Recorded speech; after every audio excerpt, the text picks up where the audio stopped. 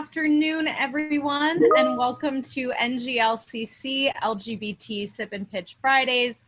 My name is Sabrina Kent. My pronouns are she, her, and hers, and I am a senior vice president here at Nglcc. We are so excited for today's program. A big thank you to Goldman Sachs 10,000 Small Businesses program and Monica Chenier over at the ICIC for making this program possible. We are so excited. We've got a lot of amazing presenters ahead for you. Before we jump into that, a quick note of housekeeping. We ask that you add your pronouns here on Zoom. You can do so by hovering over your image, selecting the ... and choosing rename. You can also find the rename feature by finding your name on the participant list. And you can go ahead and add your pronouns in there so we can make this the most inclusive environment possible, as we do at all Nglcc programs. So before we jump in, it's my pleasure to introduce today's judges for round one. We have Ed Byrne, who is the National Deputy Director of the Goldman Sachs 10,000 Small Businesses Program at Babson College.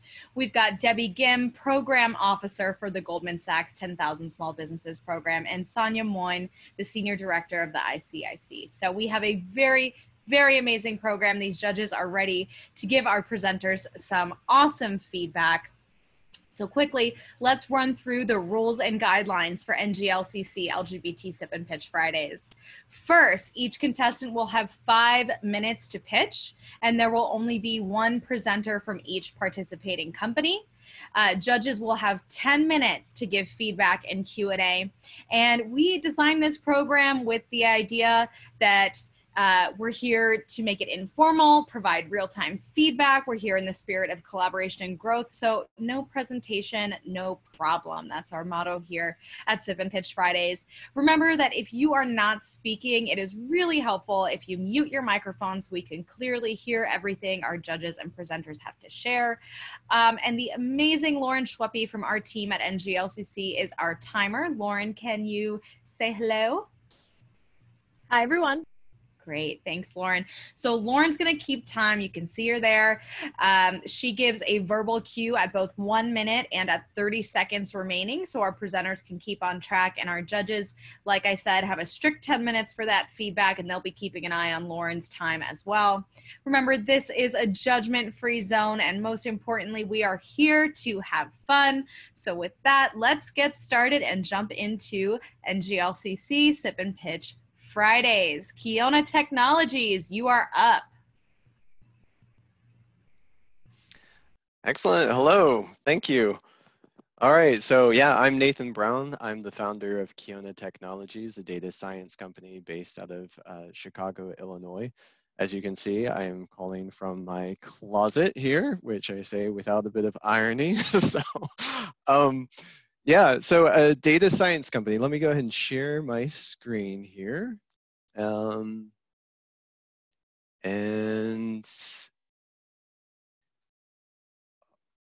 all right, can you guys see the screen? Yep, very good. Okay, cool. So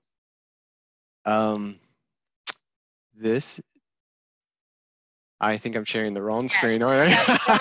It's the swap display there in the top left. Swap display right here. Show taskbar. I can't see it on my side because it's there. You go. Yep. Now we go. Can see you. Excellent. Beautiful. Thank you so much. Okay, cool. So yeah, we're coming up on our 6th year anniversary here on Halloween.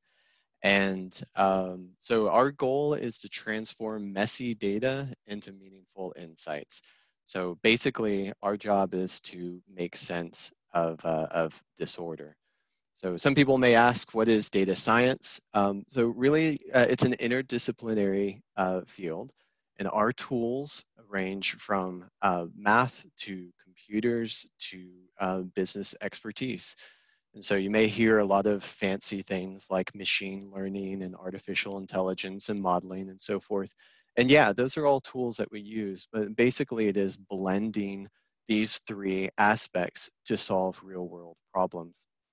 Sometimes those problems are really small. So for instance, we had a local grocery store who didn't realize that they were overstaffing certain times based upon their volumes of sales. And so through data, very quickly, we helped them with staffing issues and saved them $1 million that year.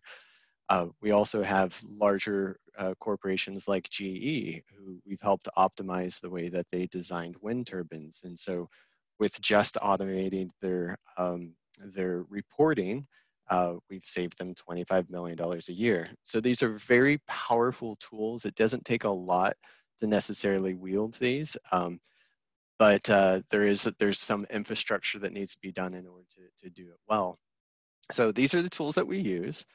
And the goal really, once again, is to take messy data from all kinds of disparate data sources. So sometimes that can be databases, we can scrape things from online, or it can be various like manually generated files.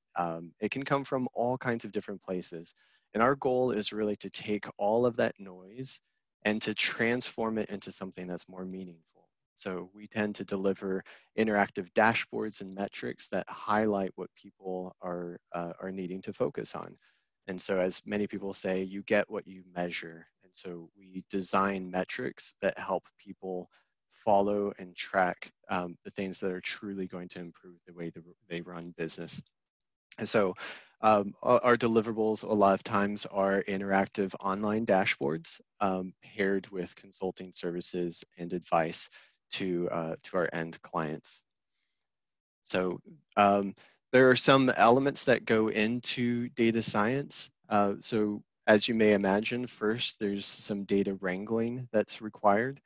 And so this is kind of a model that shows you the maturity of data handling in your organization. You'll see at the very top, we get to more sophisticated modeling and so forth, but all of that really depends upon a strong infrastructure down at the bottom. So we help throughout this whole process, everything from the wrangling and the organization and the data structuring up through the aggregation, learning and optimization, and ultimately to the modeling. So depending upon where your organization is, like we can help at any one of these levels. So our customers have been the Bill and Melinda Gates Foundation, Sodexo, which is the 4th largest privately owned company in the world, Carnival Cruise Lines, DuPont, and most recently GE Renewable Energy. So we find that typically the return on investment of our services is about 25x. So sometimes that varies, and sometimes it can be even much greater than that. But on average, that's what we expect to be able to see with investments. So with that said, that is data science with Kiona Technologies. If anyone has questions or would like to contact us, you may reach us here. Thank you so much, Nathan. All right, judges. Ed, let's start with you. Any feedback here? Yeah, I mean, so Nathan, like, great job, great pitch, and congratulations on coming up on 6 years with Kiona. That's terrific. Yeah, so a couple of things. One, I'm kind of interested to hear more about your target customer, right? So when you shared some of your current clients or past clients, those are really disparate, I would say, kinds of companies. And I really loved your 2 examples of the grocery store and then also GE in terms of providing some cost savings for them. Can you tell me a little bit about like who your target customer is, or you know, how you think about who your customer is? Yeah, that's a great question. Honestly, for us, we're pretty agnostic to the type of customer itself. Typically, it does need to be a customer that that really uses a lot of data, right, or has a lot of data on hand. They tend to be larger corporations, Fortune 500s, as you can see from a lot of our current customers. It's because they typically have the incentive and the data for us to work with. So for a large corporation, we can come in and we can save them $25 million here, $50 million there, and it's really not that difficult. When you're working with a mom and pop, often you may be saving them $5,000 and $10,000, and it becomes harder to justify the expense. So we typically tend to look toward larger organizations with more data. And honestly, it can be anything from finance data to sensor data to marketing. It really can be quite anything, and we've worked with it all. Yeah. Can I follow up on that, Sabrina, or should we go to someone? Oh, okay, cool. Yeah, so I'm just curious. I mean, I don't know much about your industry, although I do know, some big companies that do a lot of sort of data science and data analytical work. How do you differentiate yourself in the market? Like why would a company choose you, for instance? That's a fantastic question, and actually that has been our biggest headwind. Literally, we cost a third as much as our competitors. But even coming in with the track record and the references, if I sit down with a pitch for $1 amount and Deloitte comes in at 3 times that, they're going to go with Deloitte, and we've seen it time and time again. So all of our business has been completely organic. It's been through relationships, it's been through people who understand and our work and know who we are. So I have not been able to figure out how to compete against the brand names, quite frankly. Mm-hmm. Yeah. What we do find is that when we typically companies will bring us in with small engagements, and those grow typically exponentially once they see the work we can do.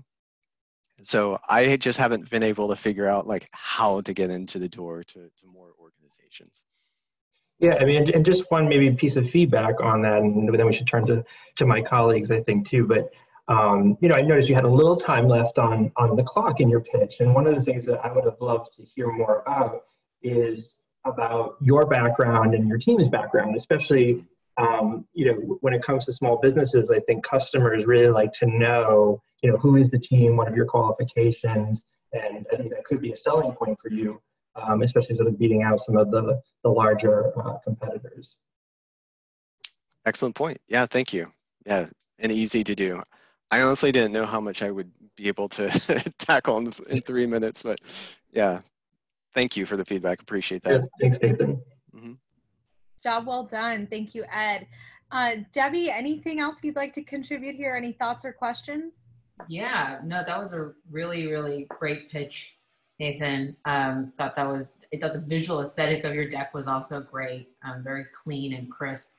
I thought there were some great word choices that you had that really stuck with me. I wrote down, turning a mess and making it into meaning, and those types of like parallel phrasing is really, really elegant, and you should continue to incorporate that. And you also use the word noise, right? And those types of words are very sticky with the listener. So we take noise and we transform it into something else. And so continue to use that type of phrasing in your pitch. And I think that's really great.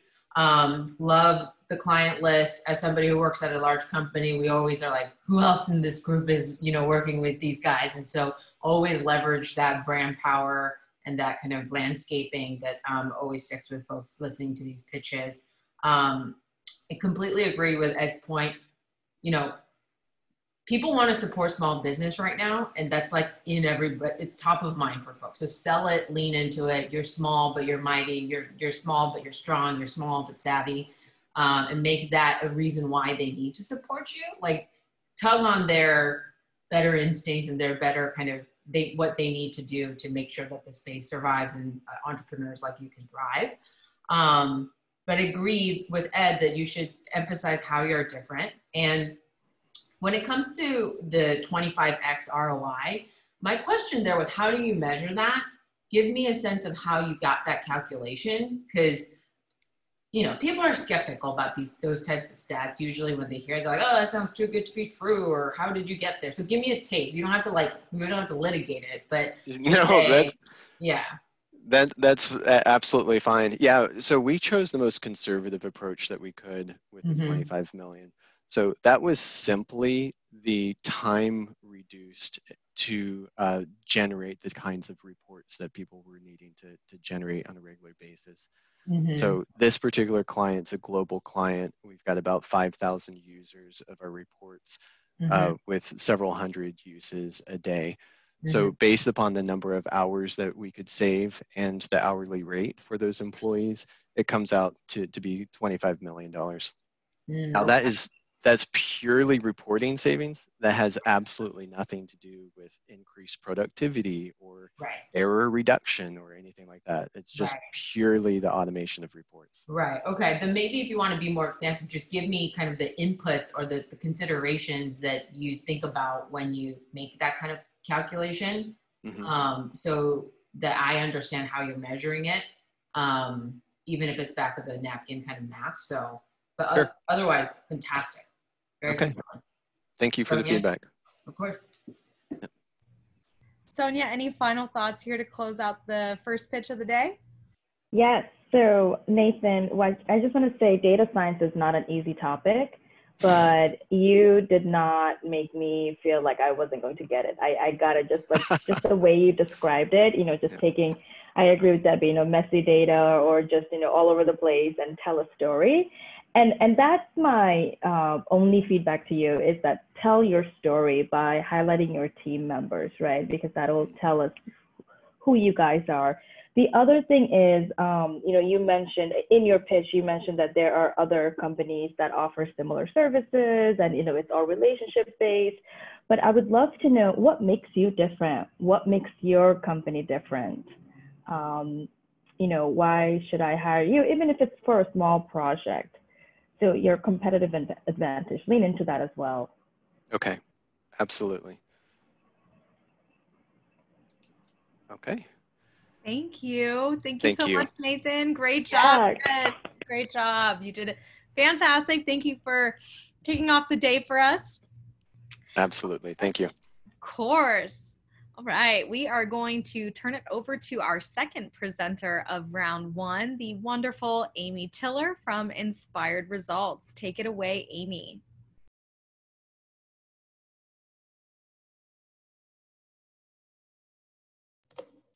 Thank you, Sabrina. Thank you so much. Can everybody hear me? Yes, okay. Thank you. Great. Well, I was a little bit of a last minute ad here this morning, so I don't have a deck to present. So I think we'll just have a conversation or I'll just talk as if we're just talking in my office. Thank you so much for the opportunity, Sabrina. And my company, Inspired Results, is a formation of actually 3 companies that my business partner and I bought 5 years ago here in the Pacific Northwest. We're headquartered in Portland, Oregon, and we have offices in California and Dallas as well.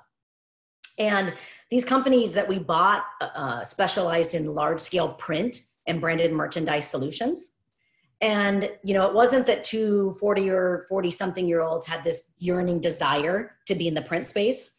But what we did do was 3 years prior to that, we did mergers and acquisitions for a Fortune 100 company.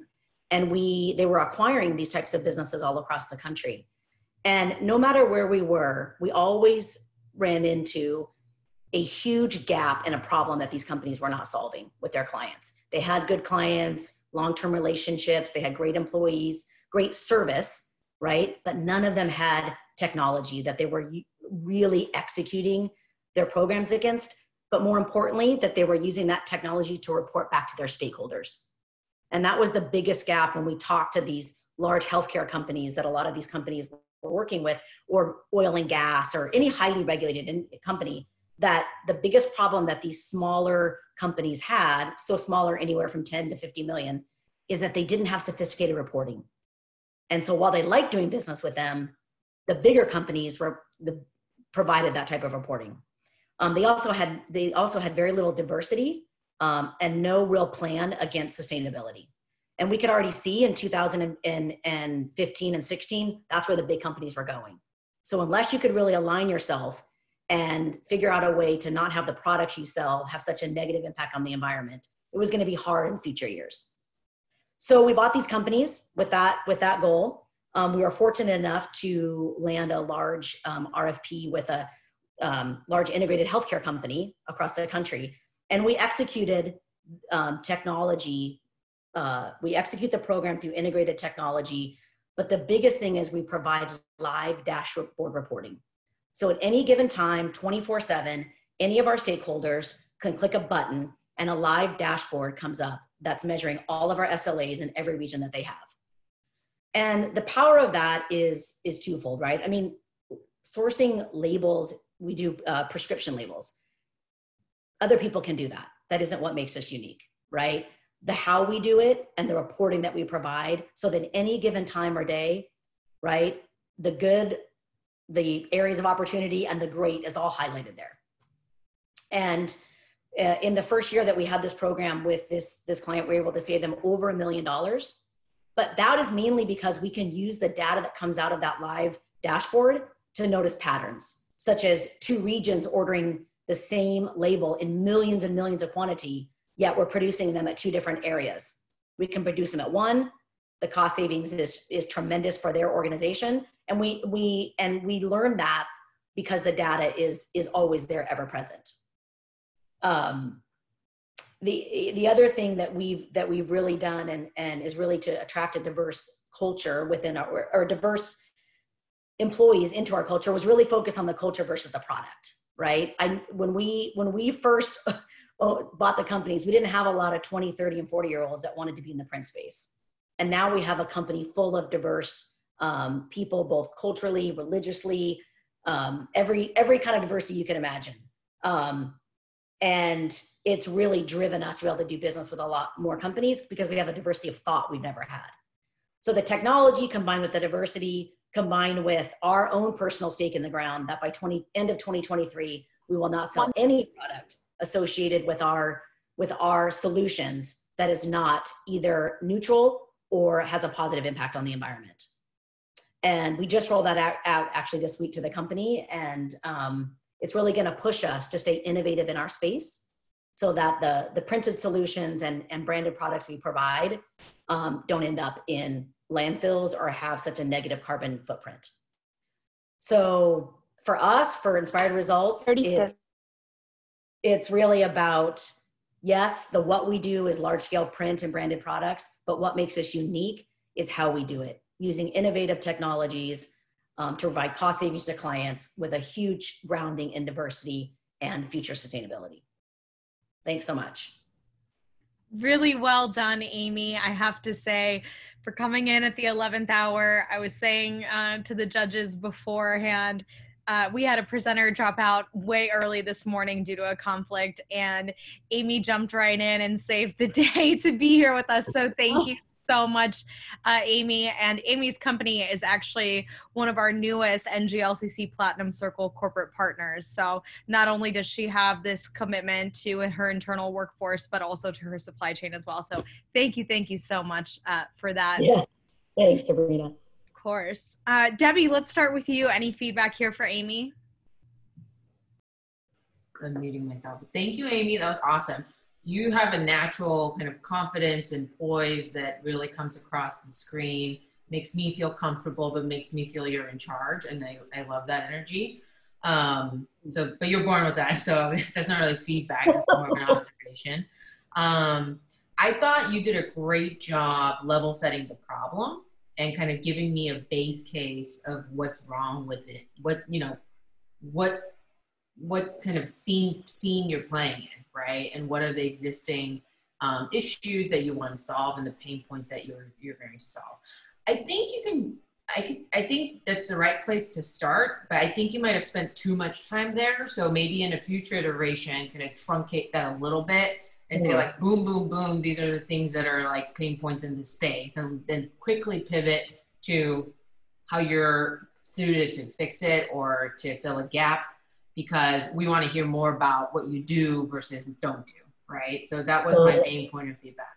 And I think in terms of, I liked how it was very clear. You're talking about cost savings. You're talking about how you have a diverse team, and you prioritize that, building a inclusive culture, and how you care deeply about sustainability. As a potential client, number one is like, makes total sense to me as to like why I want to hire you and use you, because you're going to help me save money. Number 2 and 3 are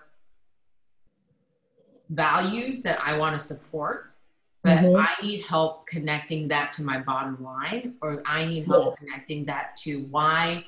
So why are you a better economic choice for me because of those things?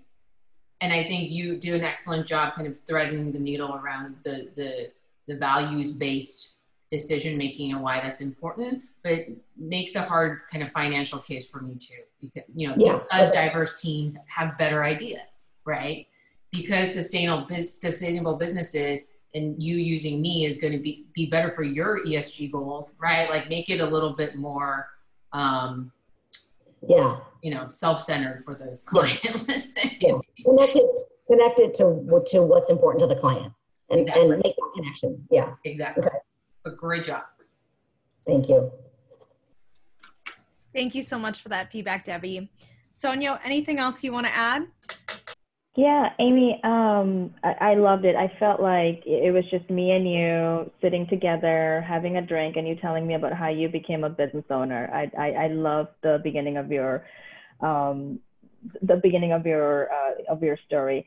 And Debbie really summed up all the kind of things that I was thinking. But the other thing is,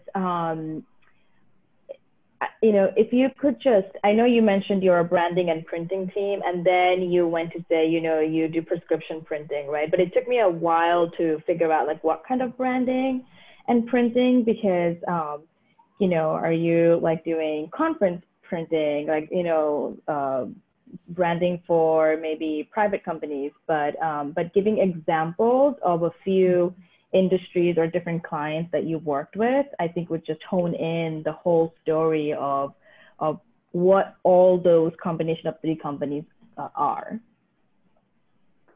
Got it. Yeah, thank you for that. Yeah. Yeah, absolutely. And then you mentioned, the commitment to DEI with your staff. Again, similar feedback. Talk about you and your team. So, you mentioned, I think it's co-owners. There are a few other owners. I believe you mentioned them in the beginning. So if that's just the case, just one. Yeah. So, talk about who the other person is too, so that it just gives us a whole insight into your business, your commitment to your employees, and it's a combination of efforts. So, but truly, I love the story. I loved your DEI commitment. I loved your commitment to environment, and of course, data.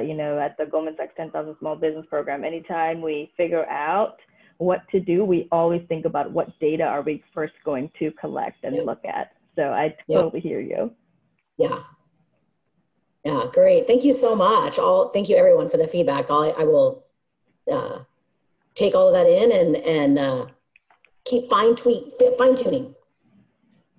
Thank you so much, Amy. Sonia, Ed, any final thoughts here for Amy?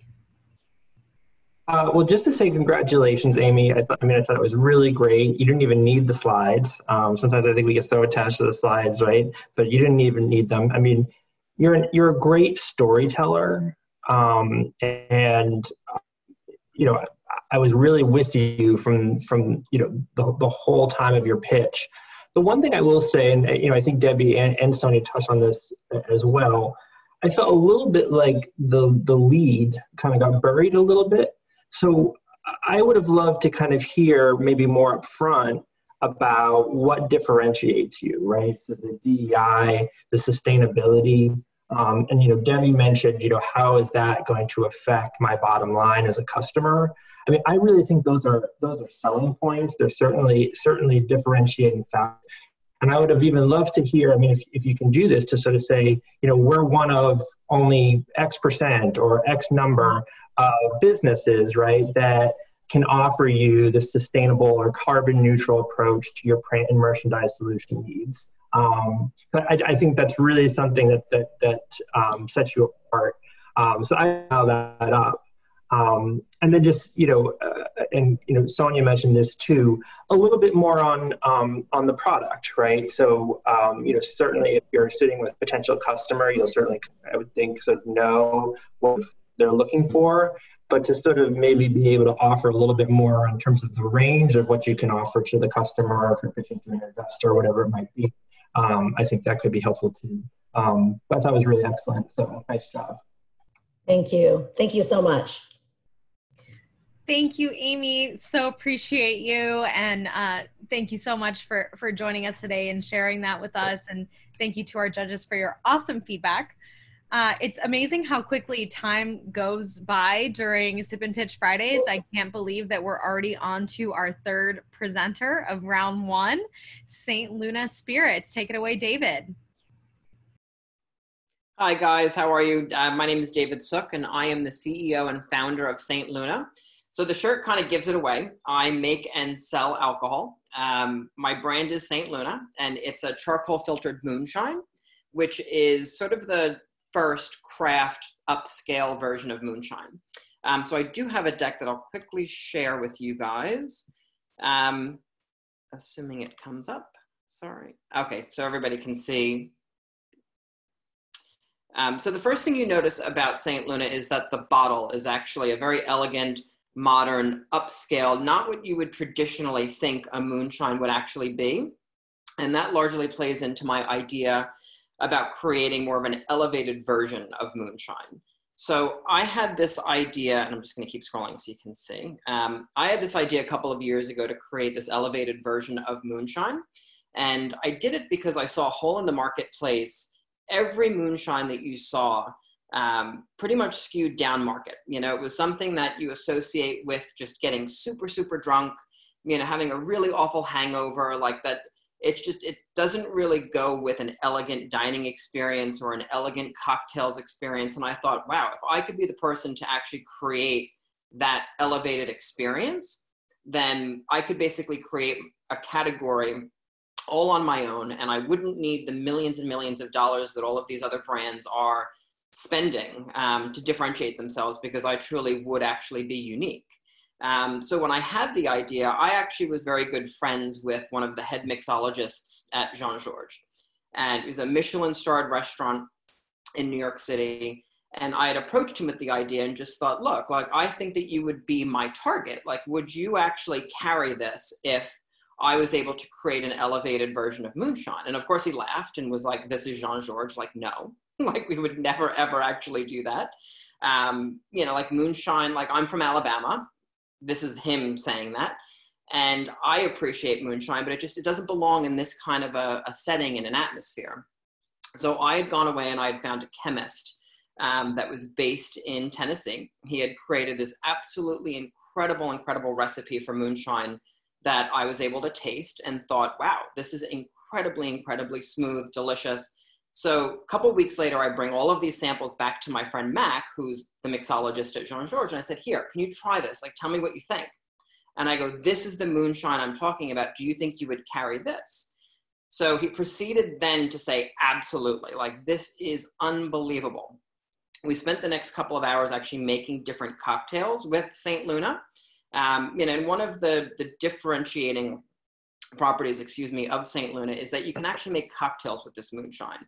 So when I'm pitching either a distributor or if I'm pitching a restaurant or a bar, we spend a lot of time at the bar making different cocktails, because I think people are just a little bit surprised that with a single base spirit, I could make you an absolutely incredible daiquiri and play up more of the rum base that's in our moonshine. I could make you an exceptional old fashioned. I could make you a killer Negroni. All of these are just extraordinary cocktails with a single base spirit. So I will keep scrolling. So, you know, this is a recipe that Scott, my founding partner, has refined over the last 15 years. The mash bill is a molasses and rye. So you got a lot of nice, like big caramel and vanilla, you know, big rum agricole notes when you try it sort of on the front of your palate, and that's the molasses. The back of the palate, however, is a spice and a pepper, and that's from the rye. We use a charred oak stave to filter it, so it removes any of the impurities that are left, but it also infuses the spirit with a subtle smokiness. So it gives you a lot of latitude to make cocktails. So when I'm pitching, no matter who it is, like a large part of it is something called, it's basically how it tastes. It's liquid to lips is what it's called. So I could give you the best presentation in the 1 minute. But ultimately it's about what it tastes like. So I spend a lot of time going through, you know, that the rye gives it a nice big bold sort of pepper and spice that you can do gorgeous old fashions and Manhattans and beautiful whiskey style cocktails with. And I show the versatility. Since we only have 40 seconds left, I mean, I've won every award, every bottle award for packaging. We've won, taste awards from San Diego and San Francisco. But what everybody cares about is how much it costs. So a bottle Frontline, and Frontline is the equivalent of wholesale, is $34.99. And what that ends up translating to is about $1.32 an ounce. So I can pitch places that typically have a $12 to $18 retail price point on their cocktails, because I back that out, and typically they want about 4 to 5 times. So I show them how they can get that with a $35 base spirit. Oh, thank you. Brilliant, David. Thank you so much. This is Sip and Pitch. I don't know what I was thinking. I should have asked for a sample for all of our judges and your moderator today, just to make sure that it's up to snuff. But I have to say, David is a member of NGLCC New York, and actually just won our NGLCC NY and EY Biz Pitch competition for New York. So David, I can definitely see why. Now, definitely if we were in person, I would be requesting a sample though. So yeah. I see Sonia's definitely on board with that as well. So Sonia, let's start with your feedback. Anything here you want to share? Yes, David, I just want to start with, I am in New York City. In case you want to pay a socially distanced visit with your drink. David, what I wanted to say is the picture, like St. Luna, the icon is so beautiful with the stars on the bottle and the story, your first slide with Born Under the Stars of New York. And it may be because, I am a New Yorker, so it really spoke to me. I love that you won so many awards. Why is it at the end of your presentation? It should be in the beginning, when you talked about elevating moonshine and, and that, you've already won all these awards, and maybe mix in the way you described the taste of moonshine, because I could almost taste it like in the back of my throat and on my palate. Also, this is why you won those awards, right? I think the story of how you came to be with the Michelin star chef took over a lot of the storytelling versus, I would have just loved to know that you know what you're doing. This is why you thought of the idea. What I would have liked to see is, are you already in stores? How many clients do you already have? Where is this available? Because, you want to make it easily available for customers like me. So I know I can just go to my wine store and ask for it. Thank you. Yeah. But this is so beautiful. Yeah, I really can't wait to taste it, honestly. You're definitely right. I spent way too much time on that. It's just, I talk too much. So 5 minutes is... But you have such a great presence.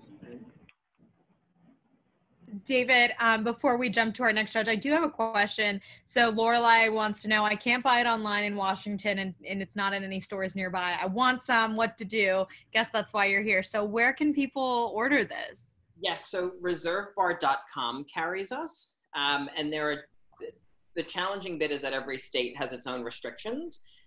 So I don't know exactly what her state's restrictions are, but they may charge you an extra tax. I also work with a liquor store in West Hollywood called Mel and Rose, which I can send out to you, and they will ship it to you. But I just, yes, that's right. And just be wary that, it's a $50 retail bottle, and depending on the state regulation, like it may cost a decent bit in additional taxes to get it to you. Thank you for that, David. Well, Sean Franklin is here from Team NGLCC. He's in West Hollywood. So what he'll do is he'll just go pick up a bottle for everybody on the line and then mail them all out. So Sean, you know my address, so it's all good. Thanks for that. You got it. All right, Ed, any feedback here for David?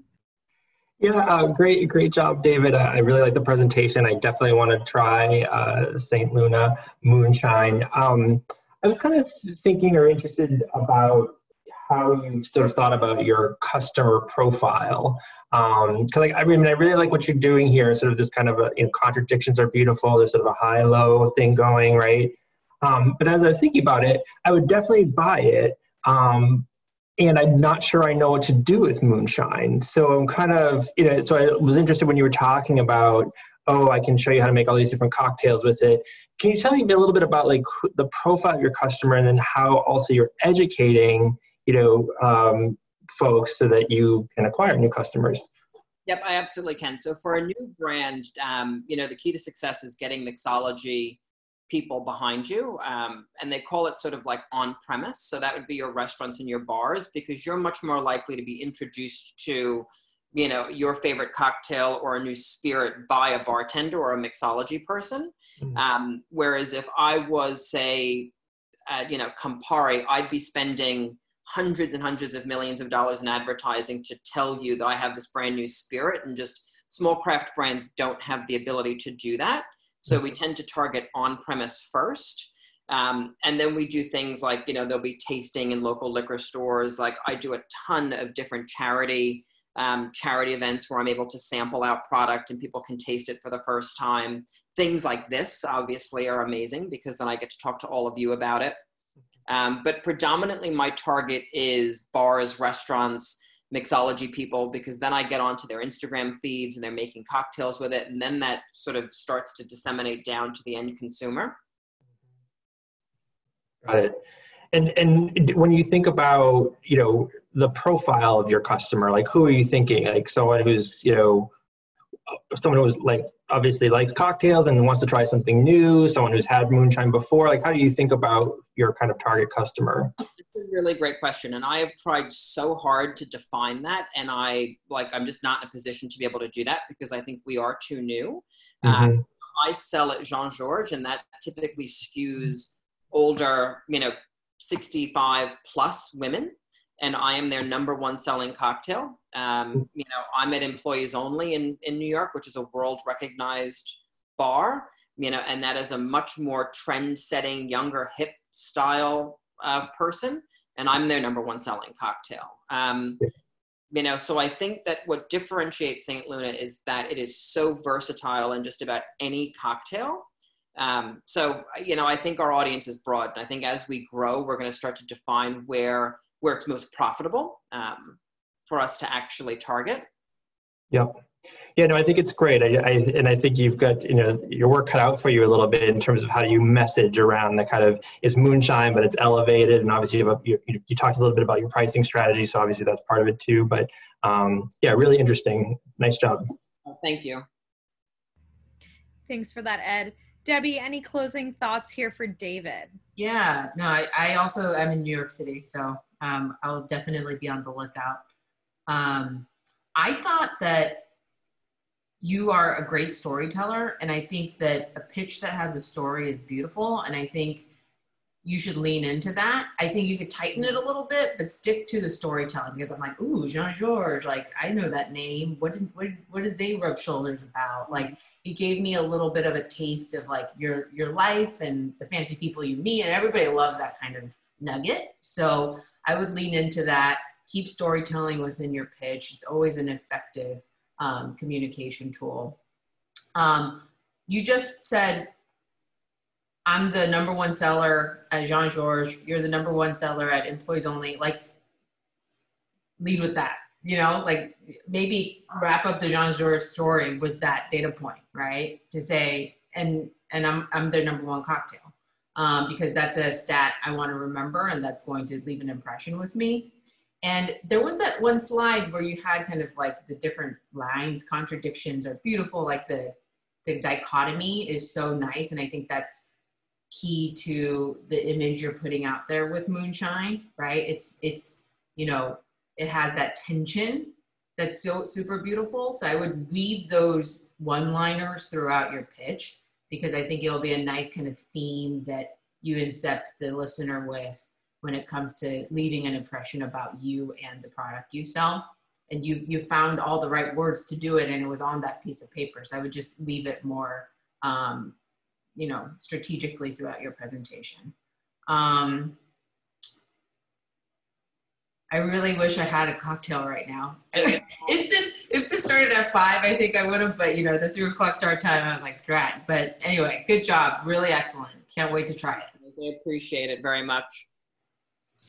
Thank you, David. Thanks, Debbie, Sonia, and Ed for that feedback. The good news is that this is Sip and Pitch Friday, so if you wanted to start sipping, you could, but definitely for that 5 o'clock community and conversation, we'll get sipping.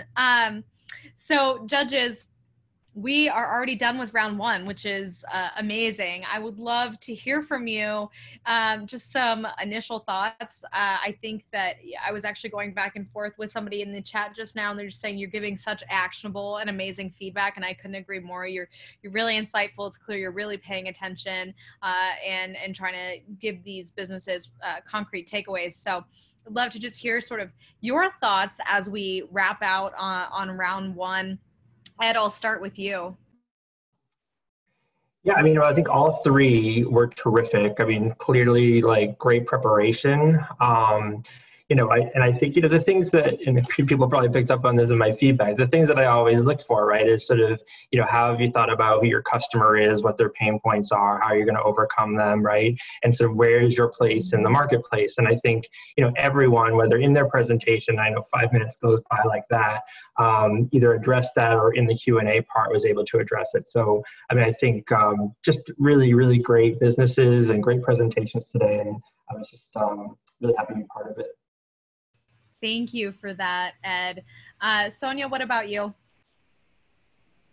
Yeah, so for the program, as part of our application process, we interview all small businesses that are interested in accessing the 10,000 Small Business Program.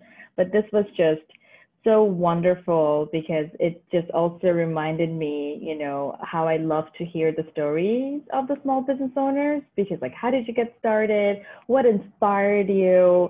I mean, David, your story of you just really wanted to elevate moonshine. I mean, that's just fantastic. How has no one ever thought about that, right? So along with, everything Ed just mentioned, I love it when the business owner, the entrepreneur kind of starts with the why, right? Like take me through your journey as a entrepreneur.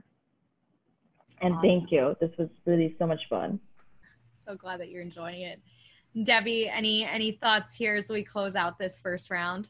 Yeah, no, thank you for hosting this. This was super fun and very well produced, I must say. I'm entering every virtual conversation with, an eye towards how smooth does it run, how are they curating, and you guys did a wonderful job. So congrats and really great. I echo Sonia's sentiments. Love hearing small business owner stories. You guys should all apply to Goldman Sachs 10,000 Small Businesses, and the program will help you continue to hone these skills, though you already have this powerful network. But let's stay in touch and swap notes so that you guys can benefit from our program as well.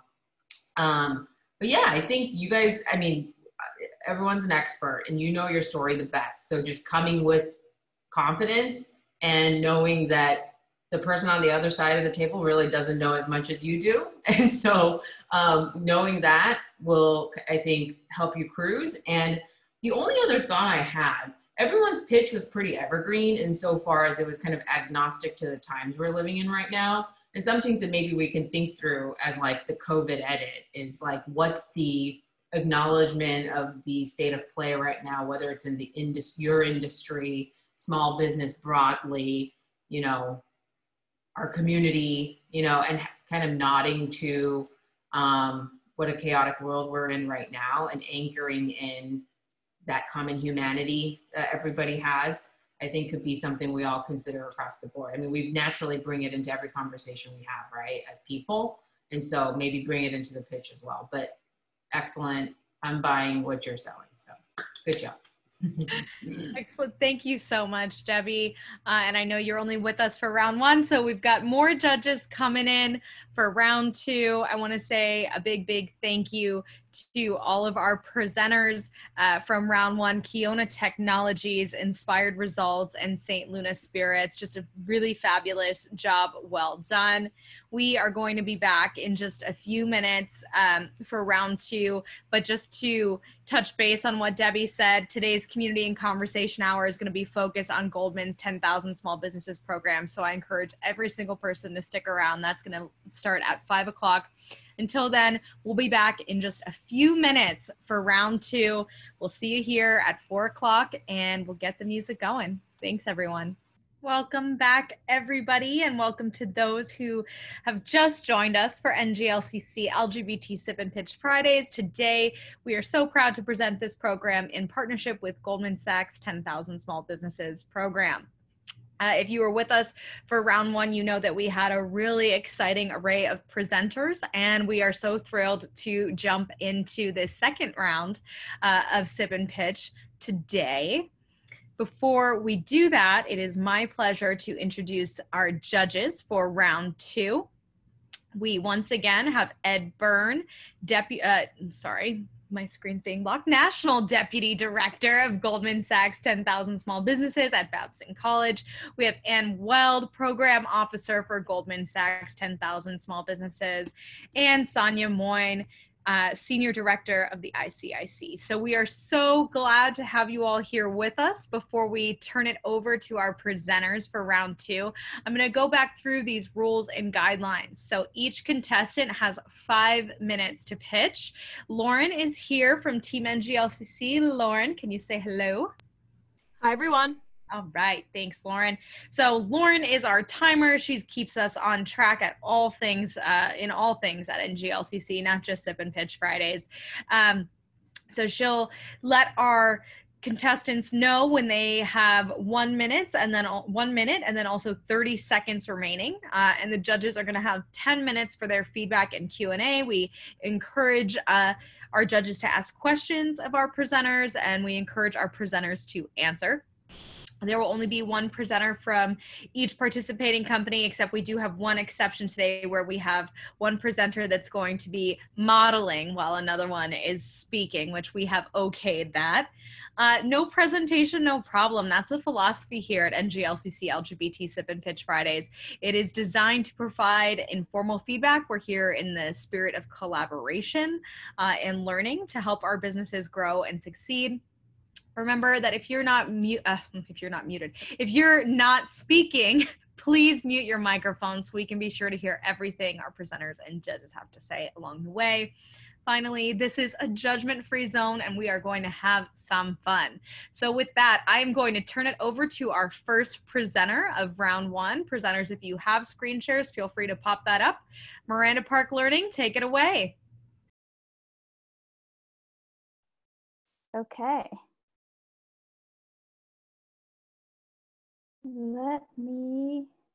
So it says that I can't start my screen because you're sharing right now, Sabrina. But let me try it again.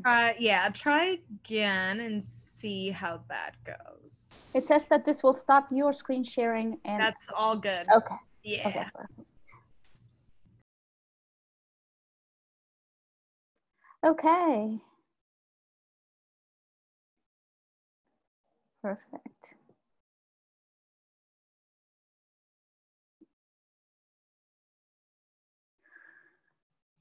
Okay, well, thank you so much for having me.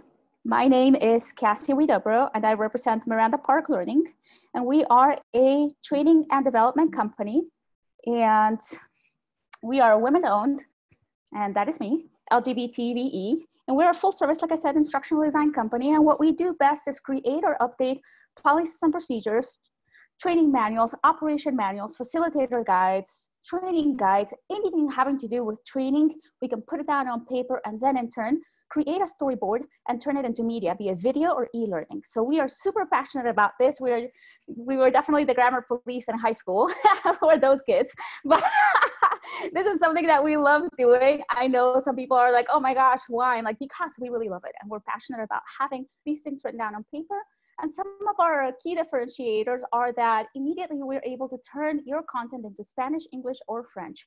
So no need to send it out for translation. Sometimes if we have to, then we will, but internally we have professionals that speak these languages. So what happens is that instead of trying to understand the content to translate it, we wrote the content, so then there's no need for that third party, we can just translate it.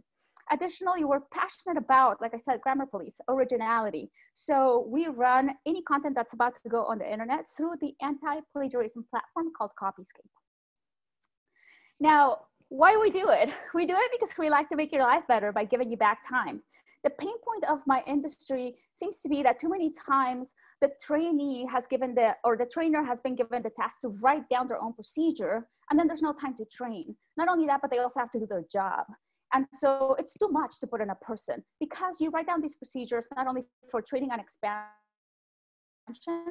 but also for compliance and possibly audits. And so you put a lot of that pressure on an employee, and sometimes their productivity decreases because they do feel the frustration and stress of having to do too many things at once.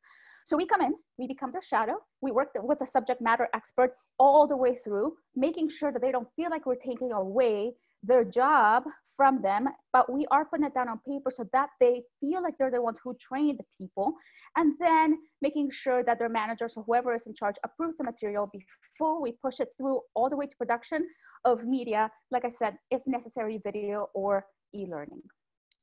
Now, the most important part of this presentation for us, and where we definitely would love some feedback, is where we're headed. We are 100% powered in our belief in humanity and the future of information and education. We believe in virtual reality learning, and we believe in holographic learning. Now, here's what this means, that we believe also in a paradigm shift of education. We believe in creating different ways to learn, but adding to the ones we have today, not deleting the ones that we have today. Obviously, we're educated and we have learned it in some way. We believe in putting that together, and we believe that holographic and virtual reality learning are going to be game changers in learning and development, which is our industry. Now, the immediate applicability in our minds is classrooms, simulators, and even sports practices like yoga or dance, especially with holographic learning. Okay, I know it's something that we don't have to show you, but you have to trust us in our imagination on how this is going to work. Now, just like people in the past have trusted us, we have worked with private industry and city government as well. As you can see, these are people who are able to vouch for our progress for sure, because we like to work in excellence, and we are proud of the work that we do. And we know that we are able to keep our values for learning and development, meaning making sure that education is what it is that the person needs rather than what someone is telling them they need, and push it to then the future of learning and development. What we ask of you is the name or contact of gaming or leading edge tech organizations willing to work with us on a different point of view for education, and or the name or contact of companies who need instructional design so that we can help this vision be funded from within. This is my contact information, Cassie Widobro, she, her, hers, my email, my phone number, our website. We're super proud of this LGBT BE certification, and these are our government codes.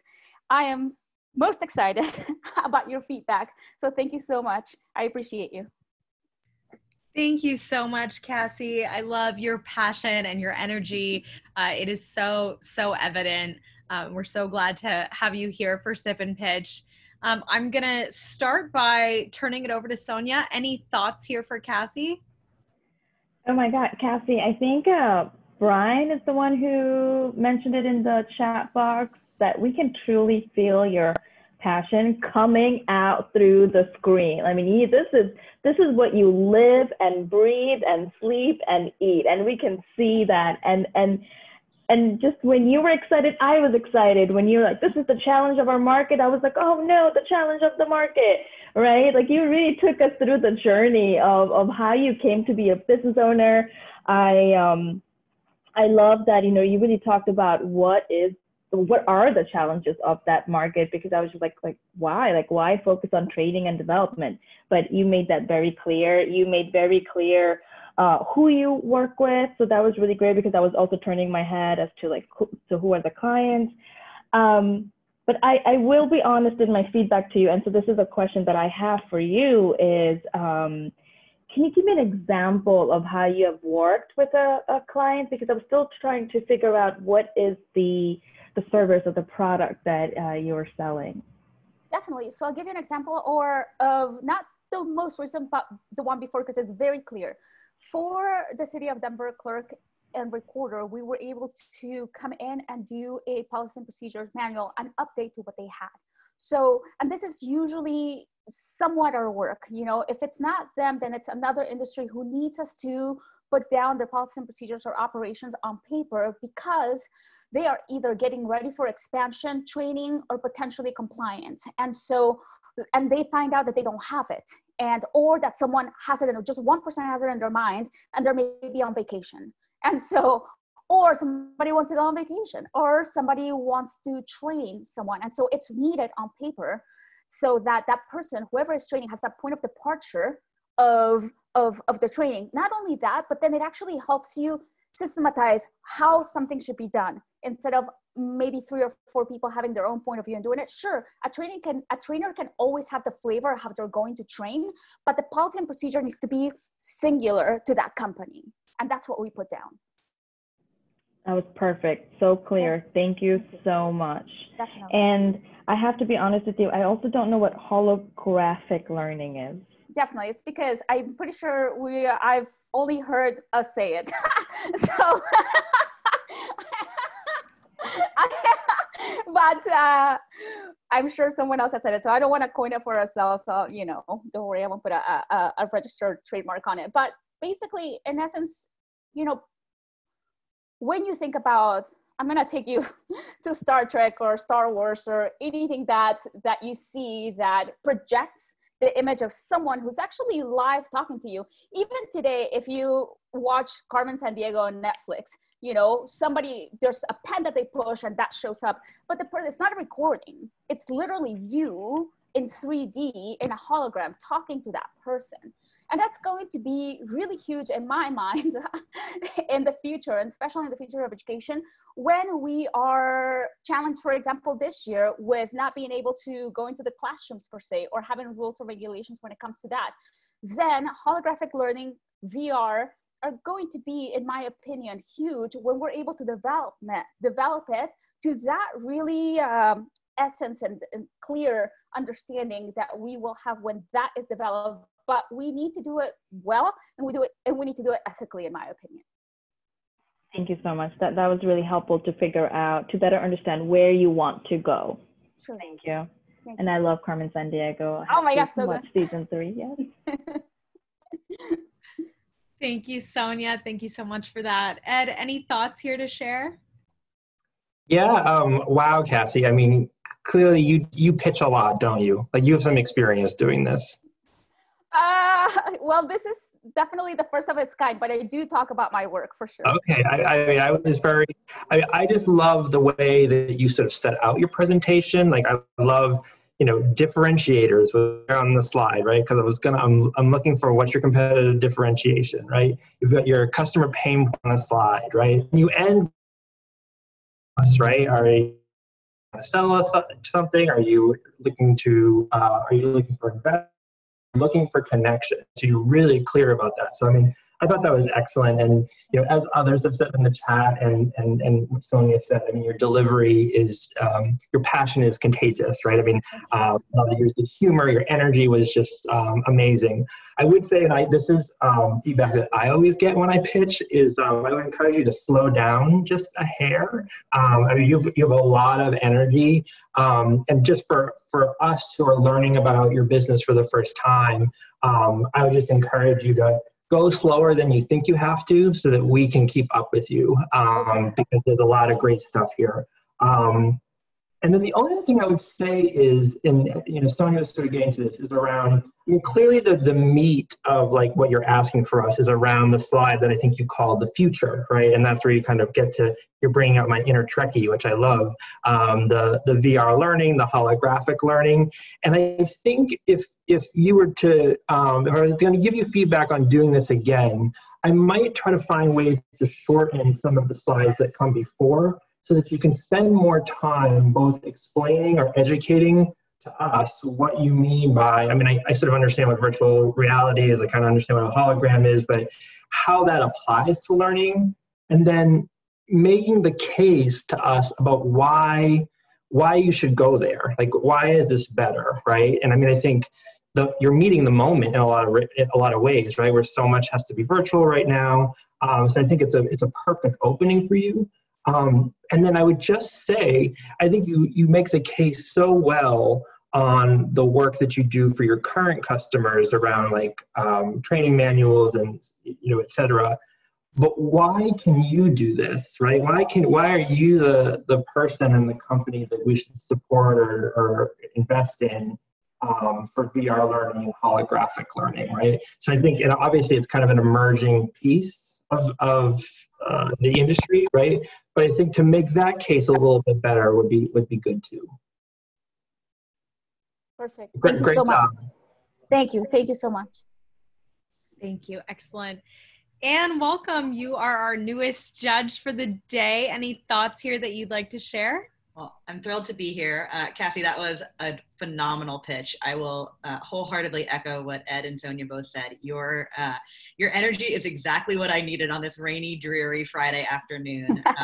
It was you just really brought it. The passion for your work was palpable.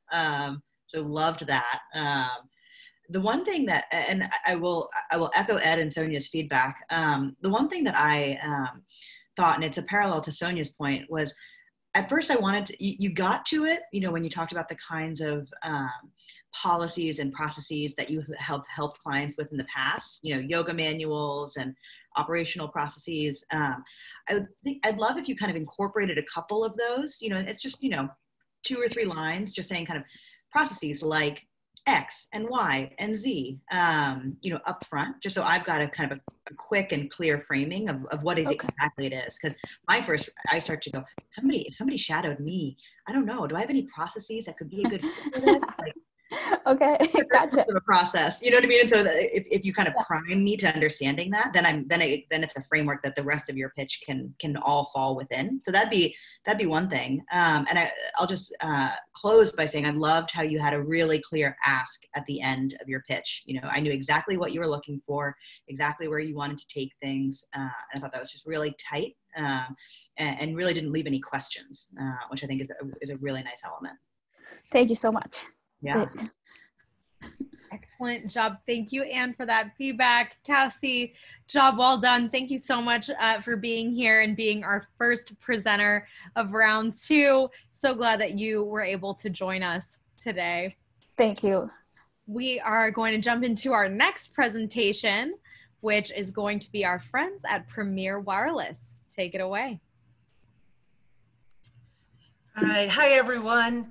My name is Lee Bogle. I am president and CEO of Premier Wireless. I'm a tech company, but can't get to the bar to share the slides on full screen. Anyways, today we're going to talk about the Smart Hotspot family and about providing technology today so that our children today have success tomorrow. As a company and an organization, we have 4 pillars that we focus on. It's enabling innovation, communication, always keeping in mind safety as we help our clients with the transformation that they're looking for through the use of technology. We've been very heavily focused for several years in regards to helping our schools across the country bridge the digital divide. And there's a quote from FCC Commissioner Jessica Rosenworcel that just really explains how critical the need is. And that is that 50% of the jobs require digital skills today. But by the end of this decade, it's going to be 77% or greater. Before COVID, we actually started working in this space. And one of the things we learned is that the adults, even though this guy is pretty young, he's very comfortable working with a traditional laptop or Chromebook or something along those lines. But when we get to the little children, the middle children and the high school kids, they would rather actually prefer to do their stuff on a smartphone. And one of the things that we did is we took, instead of giving kids hotspots, the hockey puck as we like to call it, to check out, we took a phone and made it a hotspot, made it kind of cool, put their school logo on it, built an app to make it easy, to give them a how-to video, a Chrome bar, and then turn on their Wi-Fi hotspot. Made it simple and easy to use. And the simplicity was critical because one of the things that the Pew Research Center showed us is that lower income families, which would be the families that we're serving when we're providing technology through schools for at home, is that these families don't have that knowledge on how to be really comfortable with desktops and laptops. And so a smartphone is the best technology for them to use. So what we created was called the Smart Hotspot, and it included, as I said, the how-to video, the browser, and the Wi-Fi hotspot. But COVID-19 meant that we needed more. We needed a perfect 3-in-1 device. One of the things that we found is that there's a lot of homeless kids out there that are couch surfing from one place to the other. So having a computer that fits in their pocket can allow them to remain engaged with schools. And we can provide them with access to a phone that limits them to only calling the school, so they're not calling everybody with a school-issued device. But then some of our schools said, yeah, we still want a Chromebook, but we cannot get Chromebooks. And if you're aware at all today of the Chromebook market, what you would find out is that Chromebooks have been on back order for the last 4 months, and they're back ordered by Dell and Lenovo into January and February of next year. So using our technology, we've created and simulated a Chromebook on a tablet by pairing it with the keyboard and stuff. And if you've watched the news much, what you also find is that our pre-K enrollment is down 50%. And that's really critical when it comes to making sure where tomorrow is, because if we don't get these children when they're 3, 4, and 5, we've dictated their income and their learning and their earning capabilities for the rest of their life. And so we've created a device that the tots love to carry around. It's loaded with all of their apps, and it's in a rugged case to protect their investment. We make everything easy for the school districts or the organizations to push out all their applications, manage everything, and just keep it simple. And we actually do all the initial loading for them so that when they get it, it's Pat, take it out of the box, and give it to Lauren, give it to Ann, give it to Sabrina. Makes it very easy. The management council makes sure that everything is SIPA compliant, make sure that it's easy to control, make sure that we can lock it down so Ed's brother doesn't come over to the house and take it and steal it and pawn it at the local pawn shop, because we know how his brother is, you know. And then we also can lock down content so that they don't have access to the full YouTube, but maybe just the YouTube for education channels. So they've got complete control. And at the end of the day, I want to say thank you for this presentation, giving me this opportunity. And I also want to thank the GS10K, because it's through going to class and getting the $5, the $50, and the $5 million that I was able to dream outside the box. And I've doubled my earnings in 2020 as opposed to last year. Thank you so, so much for that presentation. Your energy is so evident, and I love the connections that you made to the world that we currently live in and why this makes your company relevant. So I would love to start with Ann. Slow to get off mute, which is particularly embarrassing with the technology company. Lee, I thought that was fantastic. I thought I was sensing some efficient, effective, and compelling, which for the rest of the group on the line is some 10,000 small businesses lingo. I really, really liked it. I think as I kind of zoom out on your presentation a little bit, I think a couple lines earlier on that let me know kind of where we're going to go would have helped me understand the journey through the different offerings and products. And I think I understood the problem, and I understood everything that Premier Wireless is offering as the solution. But I think even just in understanding the nuances between your hardware and your software and how it's kind of the complete package, even just maybe a sentence or two, and it might have been there and I might have missed it, would have given me a little bit of a clearer sense of exactly the journey we were about to go on. But I got there, and so I thought all the pieces were there.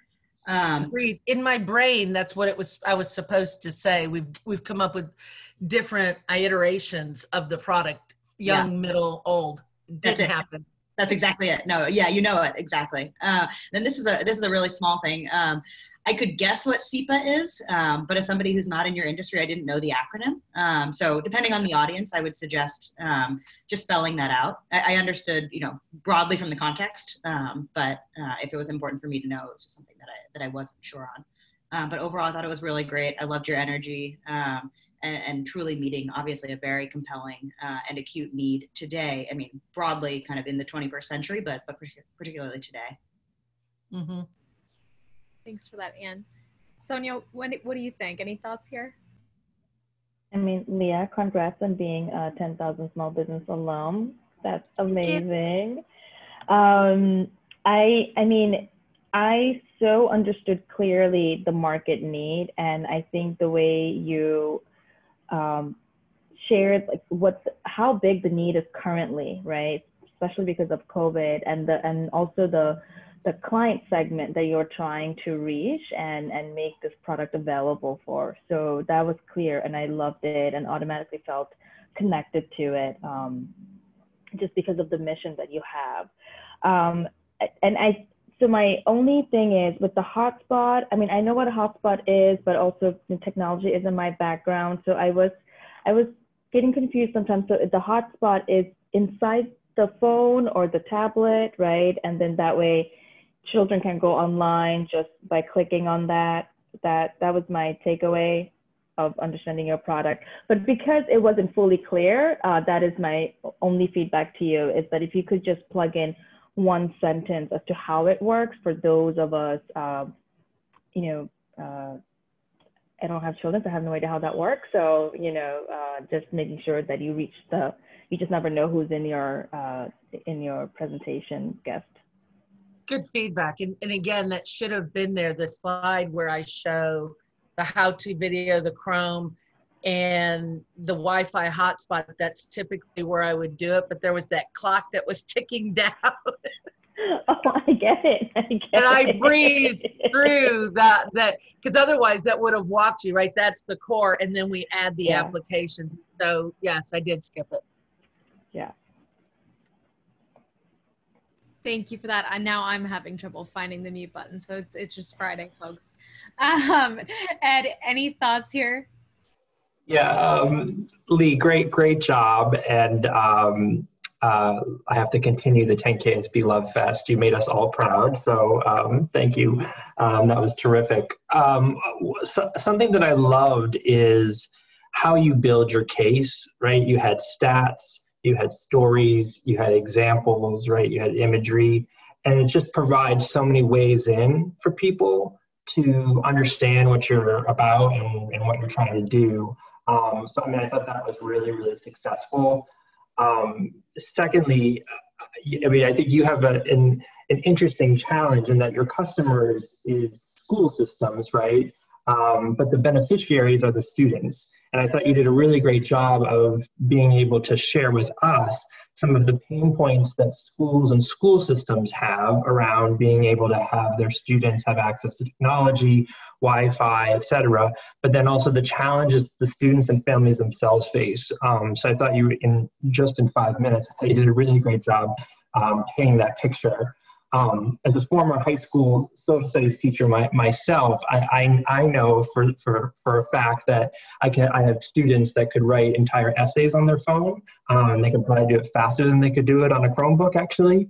But one of the things that I wonder about as people look at this presentation, even school districts themselves, is how you might overcome objections, right? That, okay, we're saying we're going to give folks, our students, a phone, but don't they really need like a Chromebook or a whole computer to be able to really engage with everything?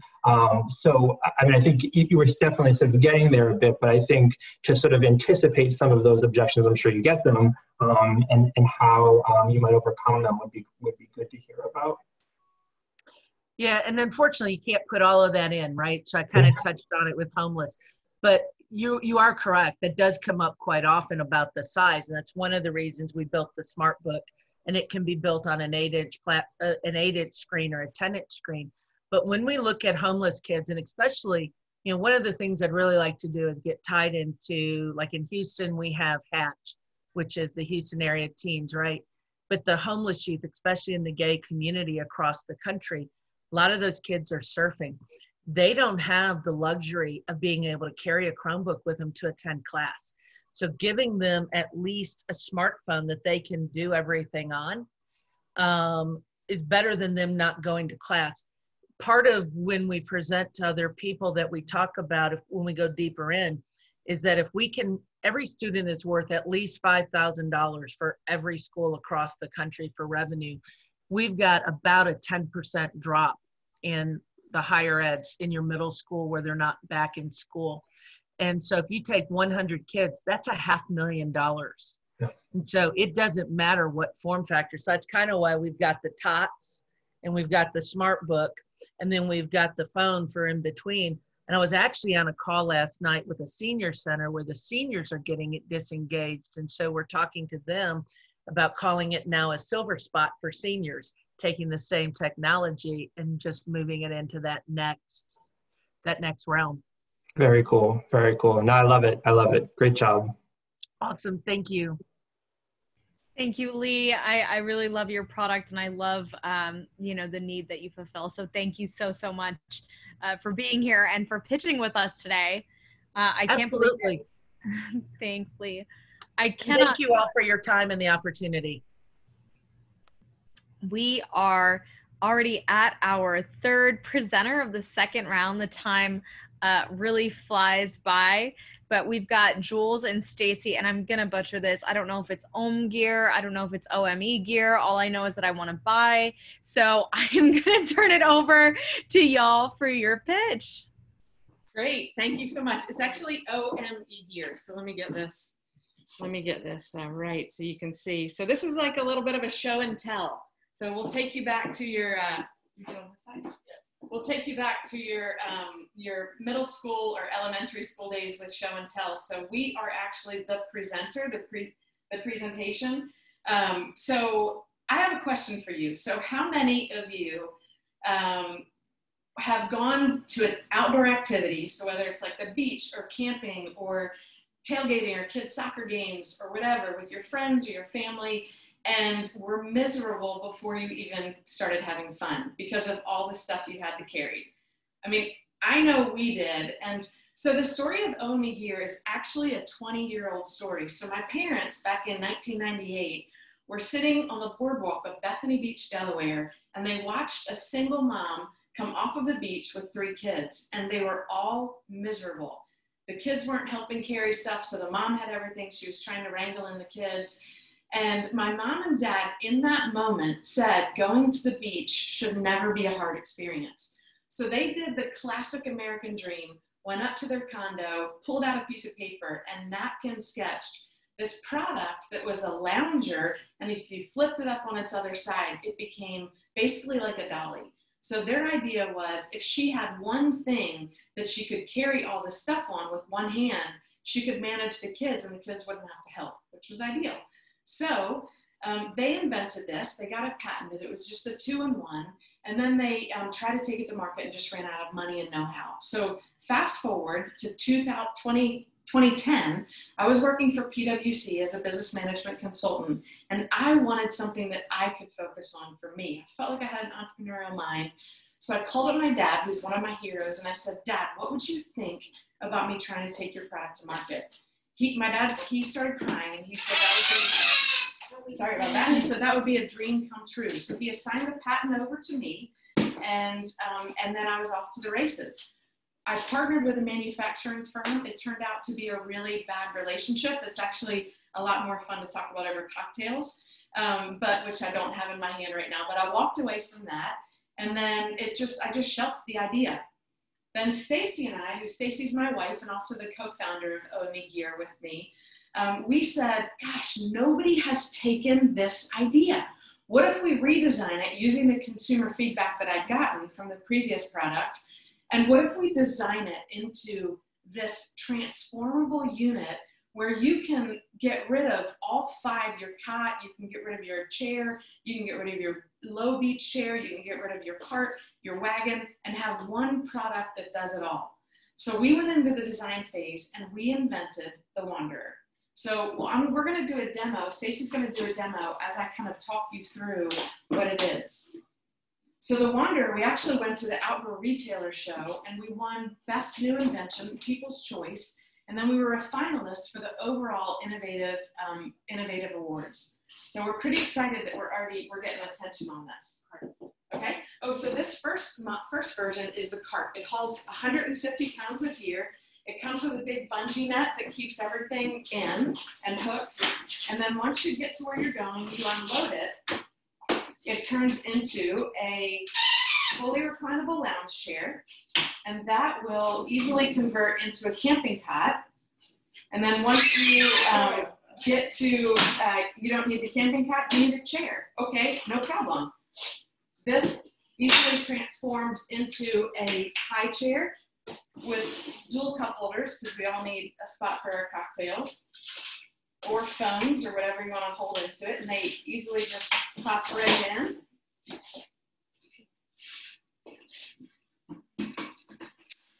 And then if you decide, you know what, you're at the beach or you're at a, an activity where you need a lower to the ground chair. 1 minute.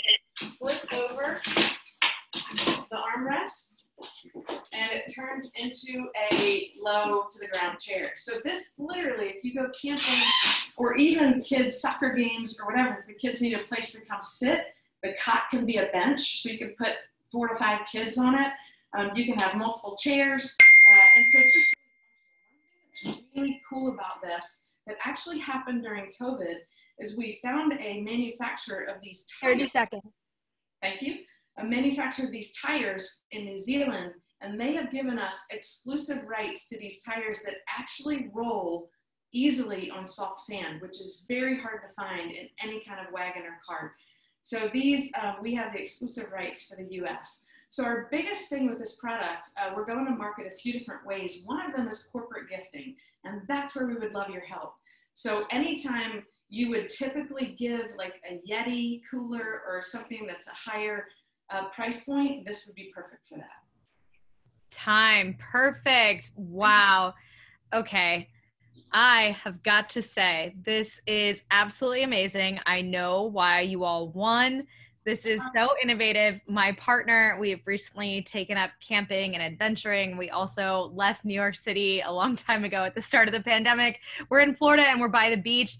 And whether we go camping or we go to the beach, my partner tells me all the time that I have way too much gear, that there's no way that we would be able to do this if we couldn't park near where we were going.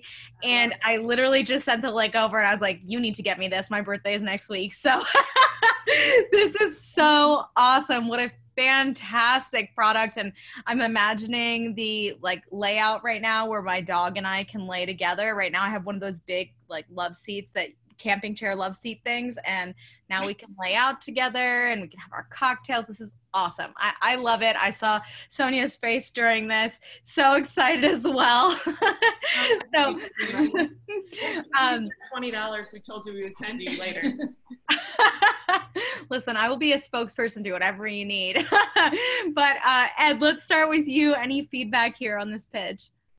Yeah, sure. I mean, I loved it. I'm always a proponent of, if you have a product that you're selling, bring the product to the pitch and demo if at all possible. And you all did a great job at that. So well done. And I was thinking to myself, gosh, if we give them another 5 minutes, they're going to say that this thing turns into a canoe next or something. It's amazing how all the different things that this can do. I have a question though. Well, 2 questions really, if I have time. One, what do you call it? So it's called the Wanderer, and it's named after my dad. That's actually my dad's very term of endearment nickname that our family has given him. So it's called the Wanderer. Okay, sorry if I missed that in the beginning, because I think naming it, right, it's got to have a name for people to be able to envision how they're going to use it. I love that. And then the second thing is, you mentioned and that you'd wanted some feedback on how you're going to market around corporate gifting. Why are you thinking corporate gifting for this? A couple of reasons. So our go-to-market strategy is actually threefold: direct-to-consumer, corporate gifting, and specialty retailers. We're actually not going big box because of the margins. Mm-hmm. They will command a 50 to 60% margin, and coming out of the gate, which will be in full production and shipping beginning of December. So coming out of the gate, we need to do it where we have better margins and higher volume. So that's the corporate gifting angle. We've already had corporations reach out to us and say, one said our first order will be 3,000 to 5,000 units.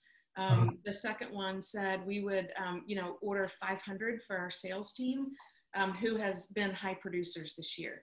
Because especially, Ed, I love your question, because especially during COVID, the outdoor gear space is booming, just because everybody's getting outside. And so that's why this gift is perfect for people, because it literally is for anyone, right? So if you're like, I don't live near the beach, that's okay. You probably do tailgating or camping or kids' soccer games or the boat or whatever. So it's good for anyone. Got it. That's kind of where I was going with it, right? Because I think it's a great idea for the corporate gifting approach. And what you just mentioned, I had a friend recently told me they couldn't even buy a fishing pole because everyone is engaging with doing things outdoors, right? Camping, fishing. So in some ways, I think it doesn't have to be obviously big box stores, but I think, if there's a way to kind of go direct to consumer, if there's other kind of ways to say, I think there's a need for this because sort of meeting the moment, right? Right now, there is a high demand for this sort of gear. So just a thought there, but I think it's excellent. Great job. Thank you so much. Thanks for that feedback, Ed. And I just submitted online seeing that you're sold out. So I submitted online for the updates. I want to be first to know when you're back in stock. You know people now, so you're good. Perfect. I know who to call. Sonia, anything you'd like to share here? Yeah, I love the founding story because, I think we've all been privy to seeing parents, just plugging everything with children and everything. And you're just like, do I help? Do I not help? I don't know where to step in, right? So definitely I could just picture the beach and the struggling mom. You guys were able to incorporate so much useful information about your business in your pitch, from winning, from having, exclusive rights with the company. So that was fantastic because it was answering questions as it was coming into my head. The one question I did have for you, so I'm at 5 feet. I like to believe I'm 5'1". And so just, when you're doing the demo, I was just thinking, oh, what is the weight of that? Would I be able to carry it easily up and down the stairs? Mm-hmm. I'm actually going to step in and talk on that because I'm over manufacturing. We've really looked at that. We're two women, and we've actually built it to fit in the back of a Camry once you pop the wheels off and still be able to carry your other gear. And so we've got it down to about 35 pounds. Okay, nice. Thank you. Like she said, really easily pop the wheels off, and they're 6 pounds. So you could pop those off and it would be easy, 29 pounds. Got it. Yeah, I think maybe you guys already included so much information, but if somehow just, mentioning that, we really are trying to keep it light, could be just wonderful to get, especially when we can't touch it in front of us, touch the product in front of us. But thank you. It was just amazing. Good job, you two. Real great partnership. Thank you. We think so. I feel like this pitch is tailored to me because not only is it the perfect product for me, I've been driving my grandmother's Camry for the last 7 months. And it's a challenge to fit your gear in a Camry. So, wow, you guys really must have tapped into my phone and reached out to the Apple experts to get all of my data. So that's awesome. I love it. And any closing thoughts here? I will echo that. It's such a cool product. The demo was fantastic. I agree with Ed. I was just waiting for what was happening in minute 3 of the demo when it became, an amphibious vehicle. I thought the one thing that was coming to mind when you talked about corporate gifts, the first thing that I thought was, how can a company put their logo on this? How can they brand this in some way? And I think you've got an answer. It looks like you do. Perfect. Yeah, exactly. Call that out and say exactly your logo here or something to that effect. Because I think, you know, if that's the direction that you're looking to go, I think people want to, they want to create that stickiness with your brand. And so that was the only thing that came to mind, but such a cool product. It could not be more timely. Very cool. Nicely done. Thank you, Anne.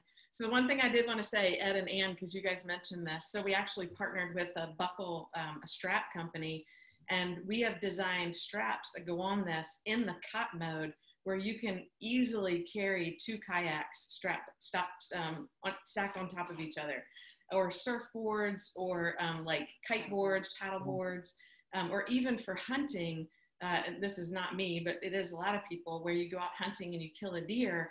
A hard thing is getting the deer back. Well, you can throw it right on the cot, you know, with the straps and bring it in. So it is very multifunctional, which is part of the, you know, wow factor of it, I think. Absolutely. Absolutely. Yeah. I think all great things to mention too. Just that versatility. You know, the beach resonated with me, but, you know, I think that's also, I mean, just so multifunctional. And so just, yeah, definitely think about ways that you can share just the breadth of its uses. Thank you so much. We appreciate your feedback. It's fantastic. Yeah, so awesome. Thank you. Thank you so much, Stacy and Jules. First of all, you're our first ever like presenter duo for Sip and Pitch. And then you're a 5-in-1 plus some kayaks. So who knows where you're going, but thank you so much. This is just truly fantastic. We're glad to have you here on Sip and Pitch Fridays, and so glad that you could close out the afternoon of pitches for us. So thank you. Thank you all so much. We appreciate the opportunity. Of course. Well, I can't believe that we are coming to a close with the pitches for the day, but we are going to learn a lot about the Goldman Sachs 10K Small Businesses Program in just a few minutes. But judges, before we do that, I would love to know, you know, your closing thoughts for the day. What do you think of the program? Any advice you'd give to the business owners who presented today, and things that really stood out to you as you were listening to these presentations today? So, Anne, let's start with you. Yeah, I mean, I think my advice won't be much help because it's something that everybody already did. The level of thought and preparation and attention to detail was so obvious. The pitches were so tight and so clear. So I would just say, you know, in that vein, just keep up the good work. That really comes through. You know, and I always do say, I mean, entrepreneurs know their story best. You know, nobody knows your company better than you do. And that passion and that authenticity came through in each and every one of these pitches. So just really, really nicely done. Excellent. Couldn't agree more with that. Sonia, what about you? Any thoughts here? Yeah, Sabrina, I don't know if you did this on purpose, you know, group these 3 together, but all of the 3 presenters had a common thread, which was really trying to make it better, make the lives of their customers really better, and everybody had a commitment to making the community better somehow, right? From Leah to Cassie to the Wanderer, and I hope it can cook too. I think somebody mentioned that in the chat box. And that's what, you know, I agree with that. Lean into your story, lean into how you got founded, you know, what you're doing, why you're doing it, because that's how, that's the biggest difference that you can make with your story. Everybody has financials, everybody will want, you know, talk about ROI, but your story, your founding story is going to be different from everybody else's. And also join us from 5 to 6. We'll be talking about the Goldman Sachs 10,000 Small Business Program. You know, we had an alum present. We'll have 2 more alums joining us from 5 to 6. And I feel like 5 is a great time to start drinking properly. So yeah, join us. Starts. Absolutely. Yeah, don't go anywhere because we are going to have some amazing presentations ahead, but I couldn't agree with you more. You know, and whenever I'm talking to business owners about this, I always say, bring that personal connection. Don't make your whole pitch about your personal connection, but your personal connection is what's going to draw me in and make me pay attention. So I definitely agree that our last 3 contestants and really everyone did a really great job of that overall. So thanks for that feedback. Ed, any final thoughts here as you're thinking about the end of the program for the day?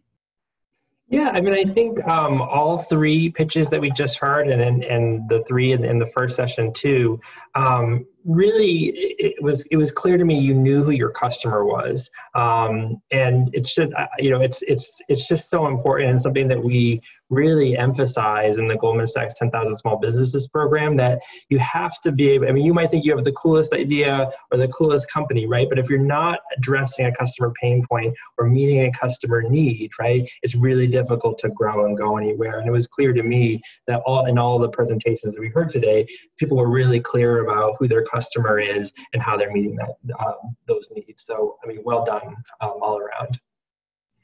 Excellent feedback, and absolutely right, Ed.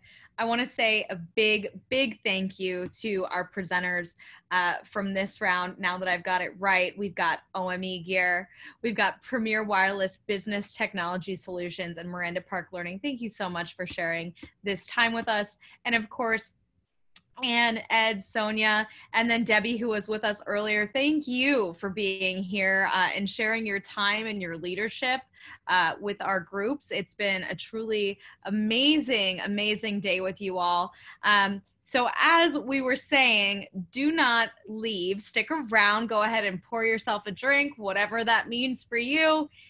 We're going to have community and conversation. We're going to learn more about Goldman Sachs' amazing 10K Small Businesses program. And be sure to come prepared with questions. I know we're going to have time for that. I will be moderating the chat, so I'll do my best to get as many questions as possible answered. So we'll give you a few minutes to stretch, take a deep breath. We'll see you back here at 5 p.m. For community and conversation. Thanks, everyone. Welcome back, everybody, to Sip and Pitch Fridays. We are now on to community and conversation hour. I want to say another big thank you to Goldman Sachs and ICIC, and particularly the 10,000 Small Businesses program at Goldman Sachs for today's program. We are so excited to get started. For those who have just joined, my name is Sabrina Kent, and I am one of our senior vice presidents at Nglcc. My pronouns are she, her, and hers. So without further ado, I'd like to turn it over to our fantastic speakers for community and conversation today. And remember, folks, this is an interactive dialogue, so please use the Q&A throughout. I'll be monitoring the chat, making sure that we're getting any questions to our panelists today. We have the amazing Mark Coleman, who is president and CEO of the Tactile Group, a certified LGBTBE and an alum of the 10,000 Small Businesses program. We also have Leanne Lemie, who is owner and CEO of Bocce Engineering, another alum of the 10,000 Small Businesses program and certified LGBTBE in her own right. We have, who you have already met if you were with us in our pitch round, Sonia Moyne, Senior Director of the ICIC, and Jessica Taylor, National Director of the Goldman Sachs 10,000 Small Businesses program. Take it away, team. Thank you so much, Sabrina.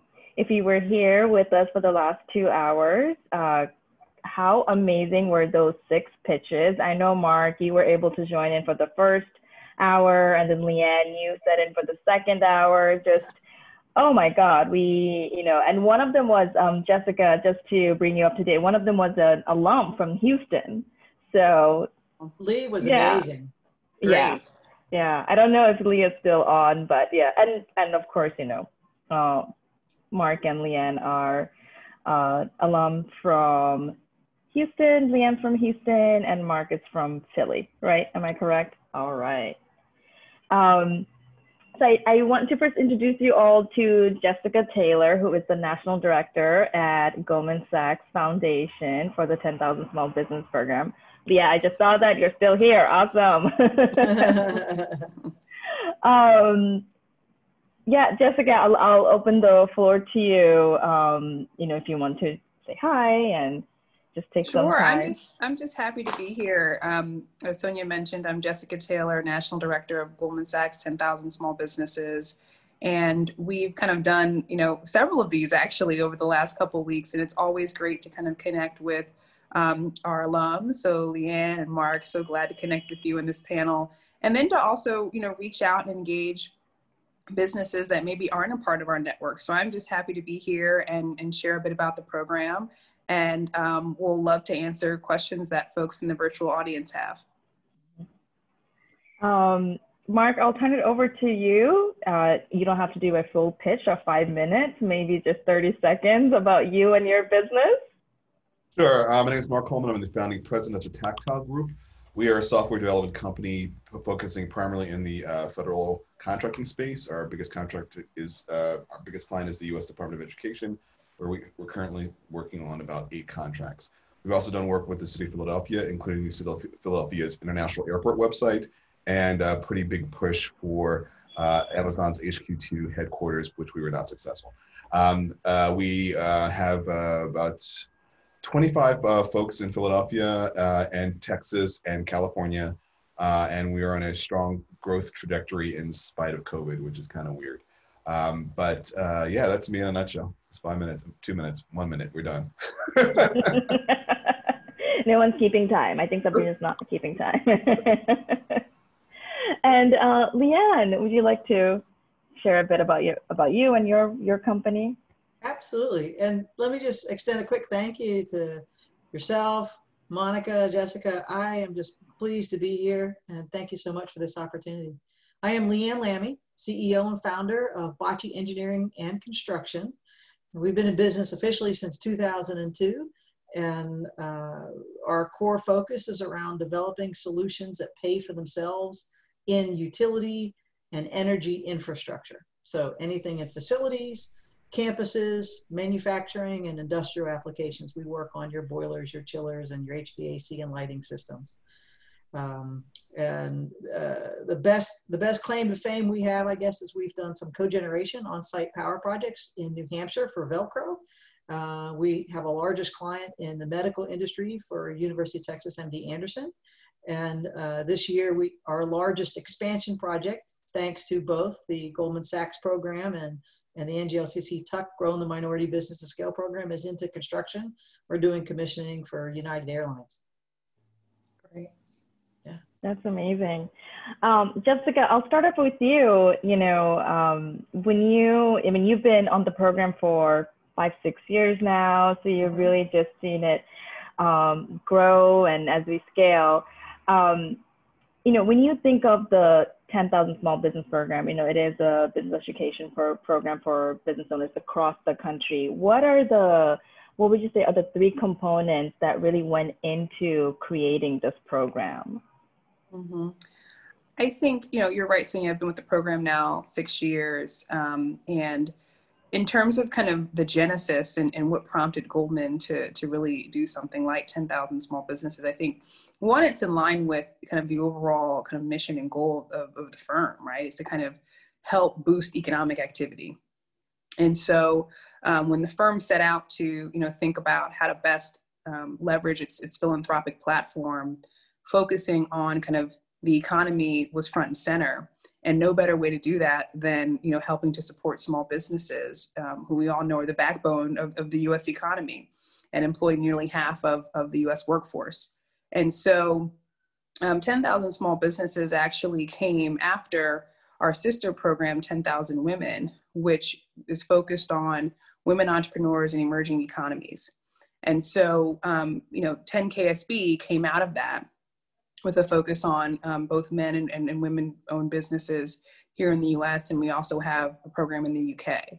And so for us, it was kind of fundamentally about boosting the economy, supporting the backbone, and then, you know, through partnerships like what we have with the ICIC, Sonia, and Babson, thinking about how we can really kind of develop something that's unique and differentiated in terms of an offering for small businesses, and, you know, partnering with Babson College and the creation of our curriculum was a pretty big deal, right? And so you'll hear probably a little bit more from Mark and Leanne about kind of how the curriculum was impactful for their businesses. But I would say things that I've just heard anecdotally in having spoken with businesses, you know, during the last 6 years, is that there's kind of that peer-to-peer learning element.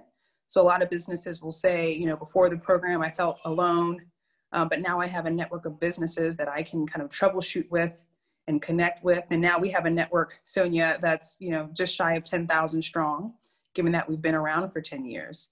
So the network piece is important. Businesses also will say that they were able to really kind of immediately apply some takeaways from the curriculum to their business. And I think that's in large part due to the pedagogy, where, we're not, lecturing at businesses, but really engaging them in a conversation around key topics like financial statements, operations, and marketing. And they're really using their own businesses as case studies. And then I would say the third thing that I've heard from alums is kind of this idea of the growth plan, right? So it's kind of the key deliverable that folks who go through the program have to complete in order to graduate. And businesses are putting pen to paper on a specific growth opportunity that they want to pursue and outlining some key steps along the way of how to get there. And so they work on that throughout the duration of the course. And so they leave the program with a plan and with some tangible next steps that they can actually implement. So, and then they have that framework of the growth plan that they can apply to subsequent growth opportunities. So those are some of the things that I've just heard kind of anecdotally from various businesses in terms of kind of what we were able to provide by way of the intervention, the program that we put together, but all in service of kind of boosting small businesses, helping them grow, helping them create jobs. And so that's kind of what drives us. Yeah. And I see Leanne and Mark shaking their heads as you're talking about, here are the things I keep on hearing that are the takeaway. Leanne, I'm always so curious. I mean, this could be quite a few years ago for you, but thinking back, when you did hear about the program, what was your first thought, or how did you hear about the program? What was your state of mind as a business owner at that time? And of course, I definitely want to get to COVID and how you guys are pivoting. Mark, you mentioned to that, but I love to always kind of hear where you guys came from to where you are today. Leanne, you're on mute. There we go. Thank you. I had the pleasure of doing the 10,000 Goldman Sachs programs with the Houston Community College program in Houston. And I was cohort 11. And Lee Bogle, who presented earlier at the Sip and Pitch, is online. She was a few cohorts ahead of me. And so were 8. Way to go. So Lee and I and some others are in a really phenomenal women business owner group. We call it Power. And we meet for lunch once a month, and we support one another. And so many of the women in this group had already gone through Goldman Sachs that I was a latecomer as of cohort 11. And I heard such phenomenal encouragements about the program. It was just something I had to do.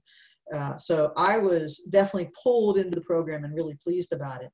And the real, the benefits I can say are just, without a doubt, I walked away with a dashboard. And a dashboard I didn't have before I started. And it's something that I use every single day. Our team uses the dashboard, and we actually have broken it down now and created what I consider a job profit analysis on each project for engineering construction that we do that has their own mini dashboard. So the concept is now expanded from a standpoint of how we do our operational practices. And it's made a big difference. It was. Yeah, Mark. Yeah. Oh. I guess it's transition. Yeah, I'll talk now. It's still weird, this whole COVID thing. So yeah, I was actually cohort 2 in Philadelphia. Hi, Joan. Good to see you. Oh, wow. When I saw the kind of the announcement of the program coming out, and I looked at what the curriculum was going to be, I was like, I know how to do all this stuff. I don't need to do this. And some folks who I was dealing with encouraged me to apply. I got in, and like the first day I was like, oh, okay, this is going to be something really useful. And it really transformed the way I did business. I can't say enough about the program. In addition to having the growth group and having other peers who are going through the same things in different industries, sitting across the table from you and sharing the struggles all the time, I always point to specifically the negotiations clinic. It was a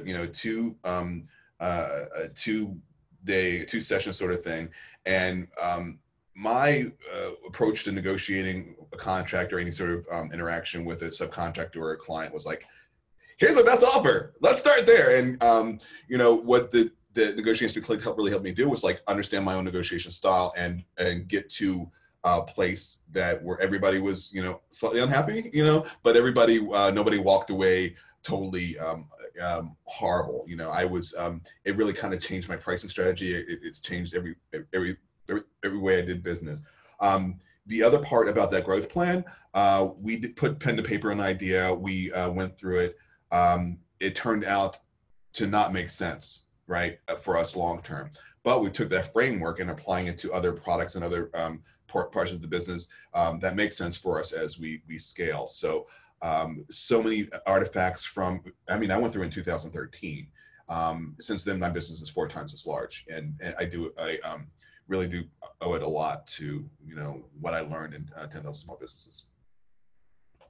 Wow, that's crazy. And congratulations. That's just amazing. I'll turn it to COVID because I think, it's kind of all in our mind. And, Mark, you just mentioned this, just still getting used to the whole video calls and, having a conversation. My first question is actually to you, Jessica. We have over 9,700 alumni across the country that are experiencing all the challenges of COVID and, and pivoting and trying to figure out how to survive and thrive. Can you share a bit about kind of the support that you guys in the program has provided to the alumni in helping to figure out that transition? Yeah, we obviously kind of took our role as a program seriously in terms of providing support to the businesses who we've impacted over the last decade. And so we've kind of done that, and I would say maybe 3 buckets.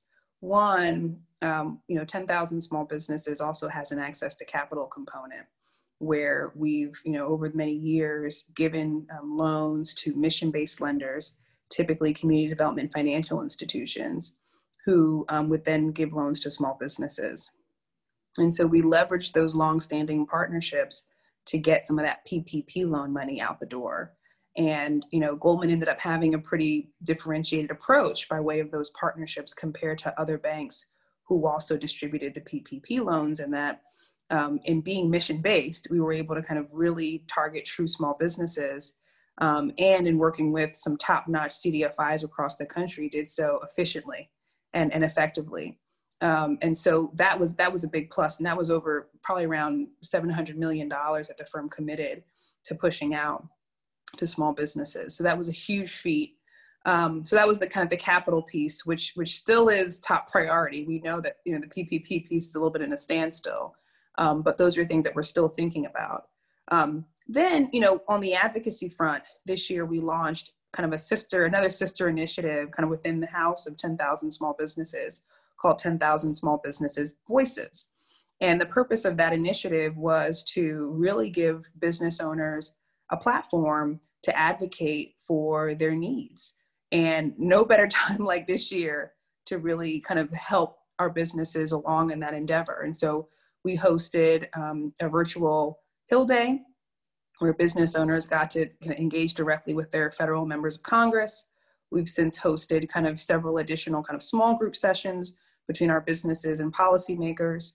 When PPP was first kind of announced and released, we held some kind of large scale conference calls and virtual calls with key members of Congress who were instrumental in putting the CARES Act together.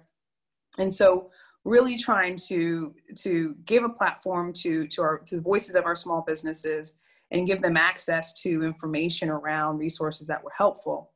And then I would say, in the education bucket, which is kind of squarely where I sit, we focused on making sure that our business owners were aware of the network, right? And could touch and feel the network in a time when the need was the greatest. And so we did that by having business advisors available in office hours. We have our local program partners across the country kind of just had standing weekly calls where anyone could dial in and troubleshoot with fellow alums. We also hosted an emergency coaching session where we had Goldman Sachs employees coach small businesses on some key issues that they were facing during the pandemic. And then we also delivered a host of webinars from kind of online marketing and branding to kind of tackling some legal issues, as it relates to the pandemic. And so it's been kind of a lot of different things, but I would say capital, advocacy, and then kind of education and network, right? And support. And so that's kind of been the trifecta that we've been pushing forward, not to mention that, you know, we transitioned our program delivery to fully online. And so we're now delivering the program this fall to over 650 businesses across the country. So I still feel like we're, you know, best in class in our ability to kind of serve businesses and meet them where they are. And Sonia, you know this, and we're partnering with ICIC to, you know, make sure that we've adjusted our eligibility criteria. So we're normally at 150,000. We brought that down to 75,000 because we know that business owners are going to be likely smaller in size now than they were pre-COVID, and we still need to make sure we're relevant. And we also know the disproportionate impact that the pandemic has had on business owners of color. So you want to make sure that we're still there for them. So those are just some of the things that we've done as, you know, we've kind of gone through the last 6 months, which has been kind of crazy for everybody. But we're not done yet. And I think I'd love to also hear from Mark and Leanne about how you all have pivoted and navigated the pandemic, and that might give us some ideas programmatically about what else we can do to support. Yeah, that's a great segue. Love to hear stories. And then Brian, thank you. I do think Zoom is the new face-to-face. And Leah, thank you so much for your explanation of what when you say network, what does that truly mean? I think you are absolutely right. We have your back no matter what, no matter what's happening out in the world. You can really rely on your peers. But yeah, but Leanne and Mark, you have more experience on this than, you know, us. I'll jump in here. For the pivot piece, so we had already had a kind of established remote work policy, 1 day a week, you know, but with COVID, we you know, overnight we were 100% remote, and that not only affected you know, how we kind of interacted with each other, but also affected our hiring, because we're growing right now. And now I've hired these people who I've never actually met face to face, which is really weird.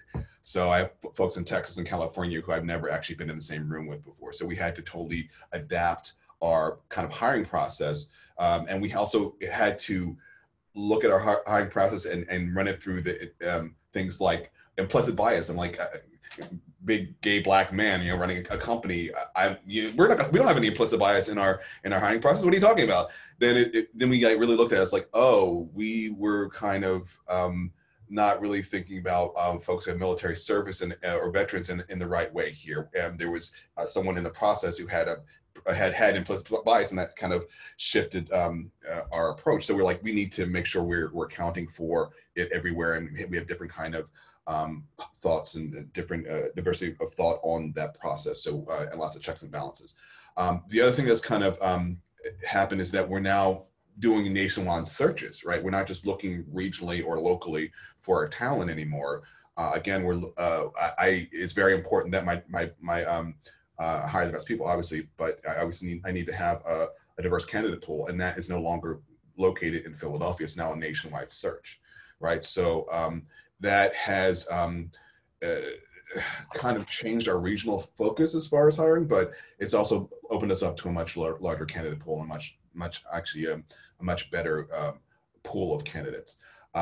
We've also, right in January, we had just expanded our office footprint, and we just gave up that other office space right now. So we're shrinking our physical footprint. The thing that we've been able to do pretty well, because we had a pretty strong culture before, is to kind of try to maintain that when we're never, you know, around.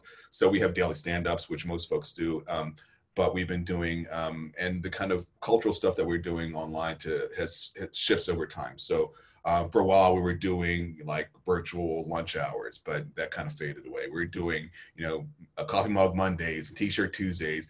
But what has actually stuck is, you know, happy hour every other week. And we're doing trivia. We did Pictionary last week. We've done some pretty fun stuff. Other things, minor stuff we're doing, like we're sending out a Halloween care package to everybody. Everybody's got a coffee mug and some candy. So it's just like little touches like that. And we have other channels in our Slack channel that have nothing to do with work.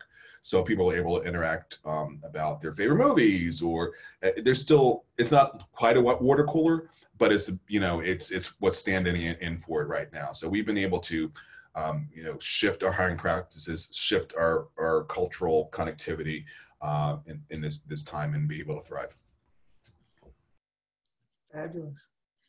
Well, I think probably the two biggest things for Bocce that came out of the Goldman Sachs programs that we were able to apply today or this year with the changes from 2020, we also were already a mobile workforce. So we became a 100% mobile workforce before I did the Goldman Sachs programs, but we definitely polished our operational practices through creating standards and better described you know, employee interactions, and just polish those policies through it. And the Goldman Sachs program really encouraged to take the, you know, weekly and daily tasks and learning lessons back to the office and do them with your employees. And that engagement was created back then, and now it continues. And so we have a pretty flat organization, and we have a very spread, you know, US wide. We're in 24 states, although we don't consider ourselves a large company. And the changes that we've made this year really have been in leveraging more of what I call the gig economy. There's more availability of talent, and there's more availability of interns, right? And with that, and having the technology to do work remotely already, we're able to very quickly bring in both very young and diverse talent from all over, and take that to heart. And one of the things that our team and the engineers and project managers within our team love to do is they love to have someone under the wings that they can show them what they're doing. So that's been our big growth mode, is what to make use of on sort of the part-time staff and gig staff basis. We found this year to be a growth year. It's not been a decline for us, which is sort of interesting. And really what's pulling us forward is the ability to take services that's done more on-site into a more remote basis. And we've, you know, taken the processes that can become more digitized, if you will, and included more of the interns to do that work, that support work, and are improving our performance and reducing our cost of overhead. So that helps us. And really this year moving forward, our big pivot is to do the same thing on our development side. The business front end, sales and business development side, is to really get that to be a honed, well-oiled machine. That's amazing. So we have a question from Brian, and because, you know, you both mentioned like prioritizing your staff, right? Like your team members. So the question is, has your leadership changed in, you know, because you've gone virtual, or, you know, or how has it changed? Well, for me, I'm very open anyway, but I felt like and I know I've become much more transparent about the struggles I'm having around 2020. Like right after George Floyd, I was like, look, I'm gonna need a week. Everybody, I'm gonna be messed up. And this is, George Floyd could have been me. I've experienced stuff like this before. It was, I mean, very open about the kind of physical, emotional struggles of being a Black man and leading a company. So I've become more transparent about those type of things. But I've also been, we've also have taken, many more individual check-ins on all of our staff. So we have one-on-ones, like, how are you doing? In the beginning, it was like, can you get food? Do you have your medications? Are you safe? Now it's like, how can we make our process better? What could the company be doing better? And they're talking directly to me and my COO. So that way, we're much more connected than we ever have been. That's just amazing. And, you know, for us, the big challenge has been for me to get out of the way, right? And I learned that at the Goldman Sachs program. And so probably for me, it's creating a way of recognizing resources. Back when we did have a big office, I used to sit in the back corner, and when I would have to go to the restroom, I would have to walk past the bullpen, right? And I realized very quickly that I couldn't wait till the last minute to go to the restroom because I would really be in trouble. So I learned that if I ever built and designed an office again, I would not be that far away from the bathroom. But what I've also learned is that the team needs to see each other and the resources both internally and externally and develop champions. And that's probably the best way for me to get out of the way and help them recognize where else they can go besides to me for answers. Technically, you know, the engineers all recognize who to go to when it's something that's technical because it's pretty discipline specific. But when it's more human factor, right, or HR or those kinds of things, those are new subjects that having resources in place allowed me to work more on the business instead of in the business. And those were some changes that we've made, and making those work today in a remote environment was something that meant we sometimes had to have resources that were not employees to the company. We had to put in place partners and suppliers. And so that's been one of the growth strategies that we've had, which is who can we bring in that's available on a part-time basis to help us with those types of services. And for us, we really had a commitment. Our culture was about using diverse suppliers, right? And we want to partner with diverse suppliers. We want that to be something that's very authentic. And so using my immediate leadership team to help find people and companies that we want to partner with on a regular basis and set those up has been a way for us to develop resources and champions that we can lean on. Leanne, I think a question came to you is with more staff in more states, how are you adjusting to the different requirements that more state specific? Yeah, no, great question. So we have done a few things to sort of minimize the risk. The first is we are corporately headquartered in Houston, and everybody is considered a Houston-based employee, but where they reside is not where we have an office, right? And so, in the cloud, 100% digital phone system, it looks like it's coming from Houston. We have Houston-based addresses, that kind of thing. When we have to look at taxes, and from a tax standpoint, we've gone through the professional employers organizations to make sure if we have to set up a paying state taxes or having an entity in a particular state in order to funnel that correctly, we do so. The other risks that we've taken a look at have been in performing engineering and construction services, because each state has different contractual requirements. And so we've, through our team, have invested in their education and their licensing and have put in place a license in every state that we perform work. And we do it on as the job is sold, or the project is sold basis, right? When we bid the work, we recognize what that cost and time commitment would be. And then if the work is won, then the profitability is there in order to incur that ongoing cost. We've also learned recently, because we did federal work early on in 2005, 6, 7, really probably until about 2009 when things started to slow down on the energy efficiency and sustainability side. It came back later, but we weren't doing federal work. We've recently migrated back into federal work. We've won several federal contracts this year, and federal government has programs where you don't have to be licensed in the state that the work is performing because you're doing work on a federal property. So that's allowed us to expand on federal jobs in multiple states, and there's an ease of expansion, right? You think about that.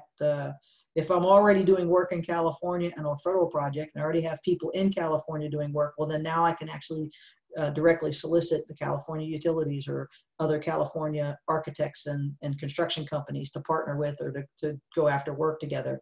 And it makes expanding in California to meet the state requirements easier because we're already active there first on a federal base. Thank you. You both mentioned, and Mark, especially you, Leanne, you mentioned doing businesses with more diverse entrepreneurs. And Mark, you were so open about the experience and just your feeling and everything that you've been through the past few months, just where we are today as a Black business owner. Jessica, I know recently, maybe yesterday or the day before, the Goldman Sachs Foundation just released a new report, surveying our alumni.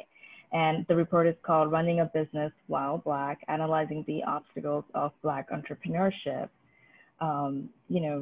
Any insights or thoughts, as to that topic and why that is so important right now? Yeah, I mean, so you're absolutely right. This week we released, piece of research, running a business while Black, and we hope it's going to be kind of the start of us being able to kind of look at our data a little bit differently than we have in the past. Historically, we've kind of looked at our alumni group as kind of a monolith, not, recognizing still that everybody's different, but when we talk about our program impact data, we talk about everybody together. And so it's something we have been thinking about doing for some time, and work closely with Babson to kind of slice and dice our data a little bit differently and look at certain demographic groups. So we kind of started with, our Black business owner population among our alums. And, the data essentially highlighted a lot of the disparities that we're hearing kind of out there in the ether. The rejection rate of our Black businesses was 3 times higher than that of our white businesses when it came down to accessing capital. If you were to control for household incomes, median incomes of around $75,000 or below, less than 1/3 of our Black businesses receive bank funding compared to 2/3 of white businesses. So like pretty stark, pretty stark differences there. We also found that, our Black businesses actually end up doing more in the community, meaning they end up being on more boards and mentoring more people. And so there's also kind of this like double bottom line around investing in Black businesses. And so if you look at kind of the negative side of that, if you don't invest in Black businesses, are you also kind of not investing in kind of the residual impact in the community? And so I, encourage folks to check that out. Again, we hope to kind of go deeper in and around kind of our other groups within our alumni population. And so it's important for us to kind of continue to not only serve businesses, but elevate their stories and elevate the data and kind of educate the broader ecosystem, right? That supports small businesses around where the gaps are, where the disparities are, and how we can come together as essentially service providers to fix that. So top priority for Goldman, not just to release that data, but again, as I alluded to earlier, to think through, okay, how can we help address that, right? From where we sit in the education realm of 10,000 small businesses, again, how do we make sure it's accessible? What other types of mentorship and support and access to capital are we providing? So it's just important to always, highlight the data, highlight the stories, because I think when we know better, we can actually begin to do better. And also everybody, a couple of you sent through questions, so I encourage you to send through more questions. I'm kind of asking questions that I'm interested in knowing more about, but there are so many voices here. If I could jump in, Sonia, because I got a direct message question. And you mentioned pivoting earlier, and I keep saying, I feel like at least once a day, pivot is the word of the year next to, I'm on mute or hold on, my computer froze or my connection's bad. But, I would be really interested to know, not just from Leanne and Mark, but also from Jessica, what, for Leanne and Mark, what are you doing with your businesses to sort of adapt? You alluded to that a little bit, but then from Jessica, what have you been hearing from the businesses that have gone through the 10K Small Businesses program, or how are they adapting during these times? Obviously, we touched on the hardships of the moment, but I've heard some amazing stories from our LGBTB network, and I can imagine with nearly 10,000 alum, you all have gotten a lot of interesting feedback and thoughts shared as well amongst your network. Very true. I'm happy to start, and then I will definitely cede to Mark and Leanne, who are front lines. But I think generally the pivot game is real, right? So we've definitely been hearing that word a lot. And what we found, I failed to mention earlier that we've also kind of been surveying our alumni on a pretty frequent clip since March. So we put out about 5 surveys. And so that survey data plus kind of just conversations, with business owners, I think, again, they're pivoting and they're also now thinking about how can I sustain that pivot? So I think one of the key things that really got to me or really kind of sank with me with the survey was that I think 68% of our businesses in one of our surveys are finding that pivot's likely going to be permanent. And so really they're seeking kind of I need blue sky ideas, right? I need to be able to think bigger than I've ever thought before, because that's how I'm going to survive. So that's been interesting.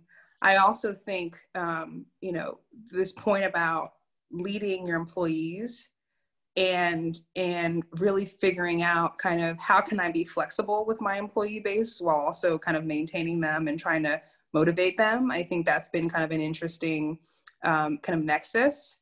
And it's taken a lot. It's taken like an emotional toll, right? In some cases on some of our business owners who, have employees whose friends and family might have passed due to COVID, or, because their businesses are, smaller in size, your employees aren't just your employees, they're your family, right? So just kind of navigating that has been really interesting to see. But I would really say the vast majority of our businesses seem to be, while I don't think we can declare success or declare that we've gotten through COVID, but they seem to be hanging in there. And that's kind of been, the interesting and silver lining in some of this, that while the struggle's real, folks seem to be hanging in there, and the pivots seem to be gaining some traction. And folks are also really focused on continuing to engage their customer base and in a creative way, virtually, whatever it may be. And, I think the financial piece is still there for some businesses where this year hasn't been a growth year, right? Still trying to figure out how do I access capital, or how do I renegotiate my rent, if I'm brick and mortar, but I'm not in the space. So we've heard the gamut, but I would just to summarize, I said a lot. I would say pivot. I would say, being an emotional sounding board for your employees while also trying to drive, business. And, then thinking about engaging customer base and really staying afloat and managing your expenses. When some of those expenses may not be, relevant to you right now, there's still bills that have to be paid. So, but would love to hear from, Mark and Leanne as well. Well, let me jump in real quick if I can on a couple of different levels. I'll try not to take up too much time. On a managing expenses basis, one of the things that we've done is we've taken a look at what our bottom nut is from a standpoint of revenue and profitability, so that we sort of maintain steady state, right? And then we've looked at the work that we deploy and the percentage of essentially gig versus full-time employees that we put on those jobs. We manage the jobs to a profitability instead of looking at the company as a whole. We also look at the company profitability, but each job profitability is really important. And in doing that, it's allowed us to ebb and flow for several years, and using that this year and having that sort of a process that works really well for us has allowed us to sustain.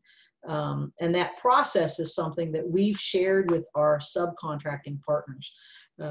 We've had several companies come to us and start partnering with us as subs, and they're very new. They're just coming out of the starting gates. And so what I've done personally is really try to sort of act intentionally, take these new companies under my wing and share with them the lessons learned around when the slowdowns happen, what you have to have in place, and to recognize what really is an indirect and direct cost, and what really is a variable and a fixed cost, and how do you shift that so that you can increase and decrease and not get yourself oversold or under-resourced on both sides, right?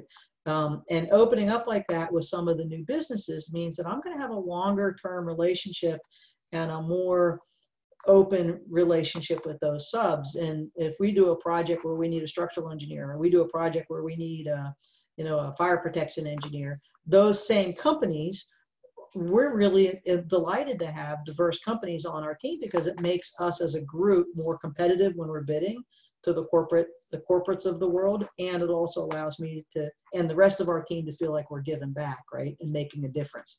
So that's really been the thing that I've been focused on this year, and the amount of time I've been mentoring and the amount of time that we've been doing to develop more strategic partnerships with new, very micro-sized businesses has grown a lot.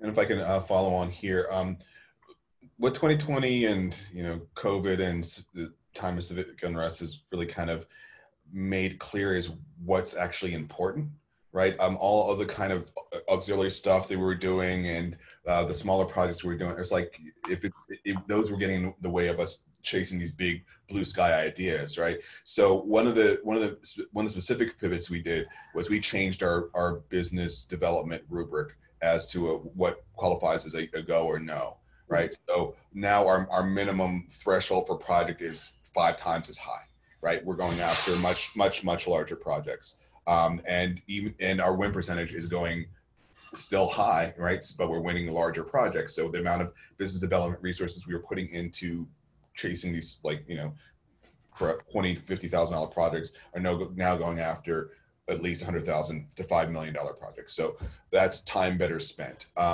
So we're also making even a more specific effort into retaining the people that we have.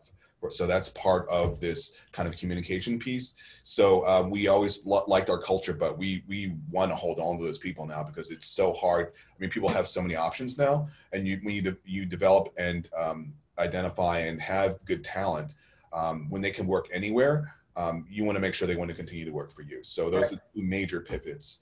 The second one being more of an adjustment, but that business development rubric is totally different now. I think that's fantastic.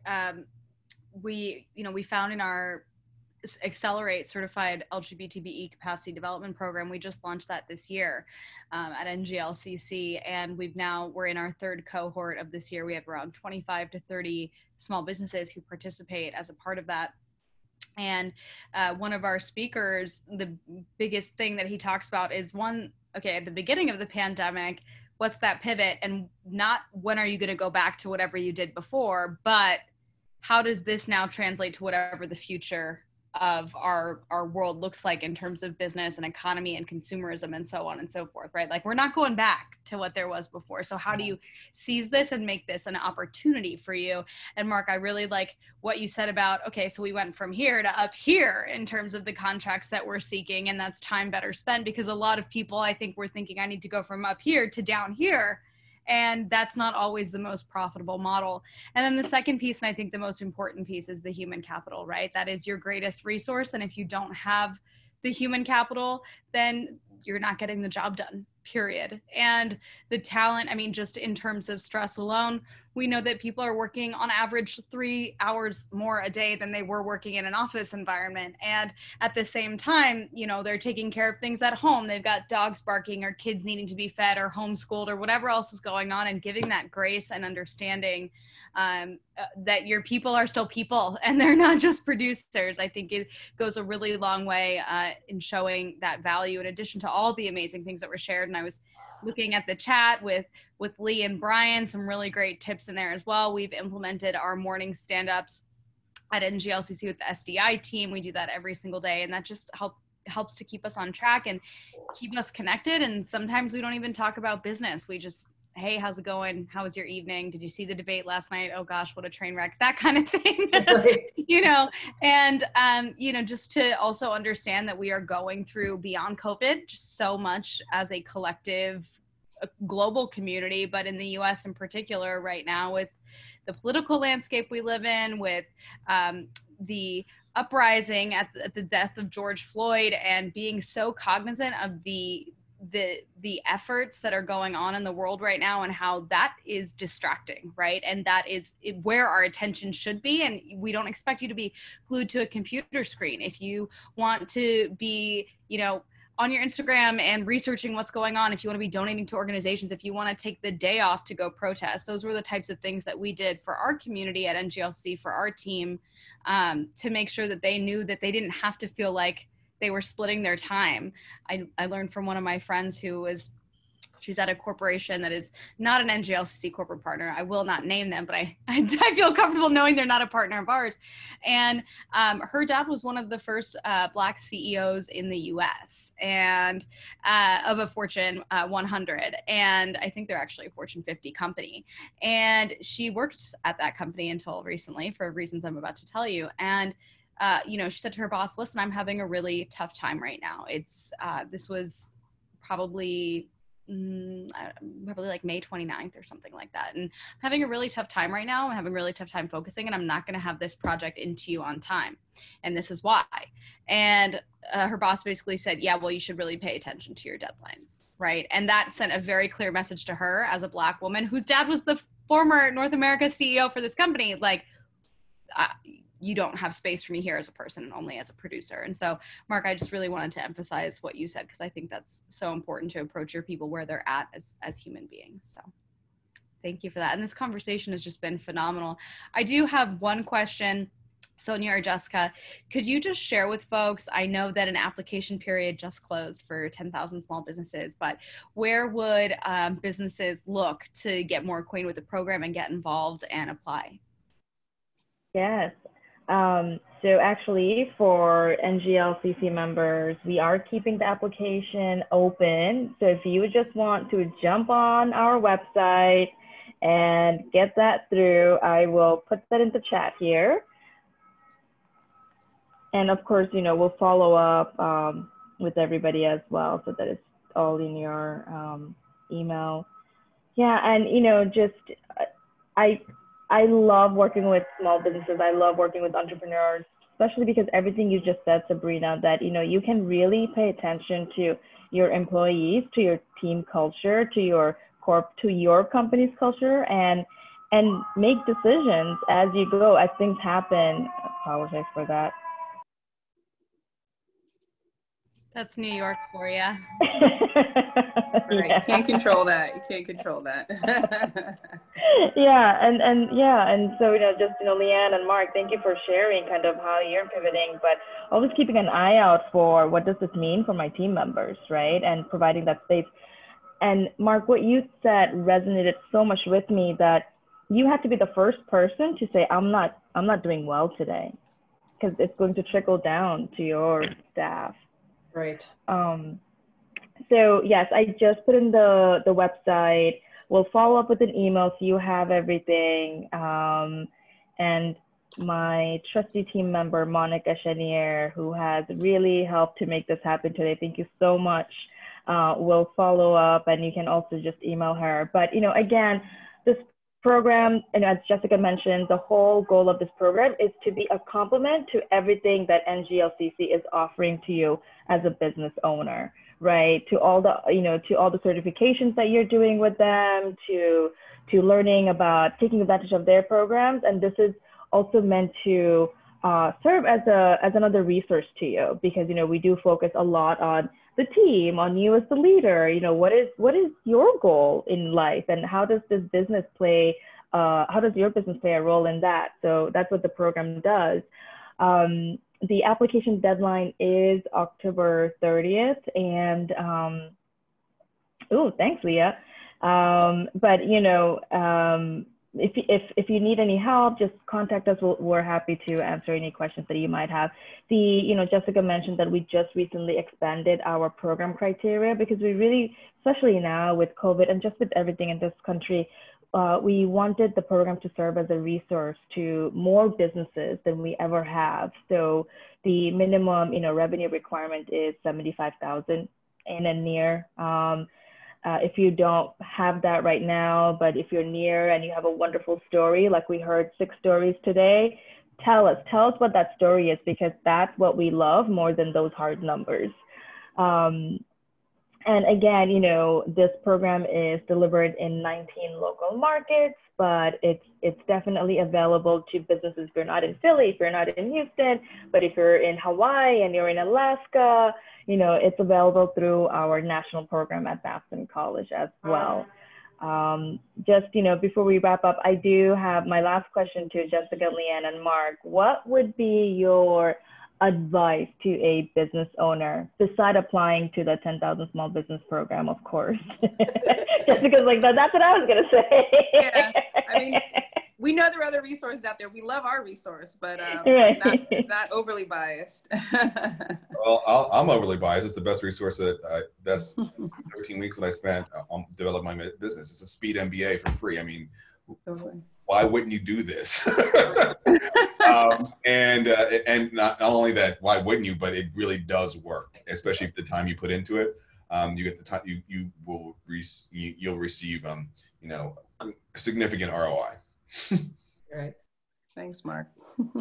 And again, I also agree. I think the Goldman Sachs program is absolutely inspirational. And one of the tenets that they talk about is the about me, about us, and the big blue sky, where we're headed, about you, if you will, the client. And keeping focus on the about me means keeping focus on what your passion is and checking in with how you're really feeling. And if you can be that type of open, vulnerable, authentic person with your team, then they can as well.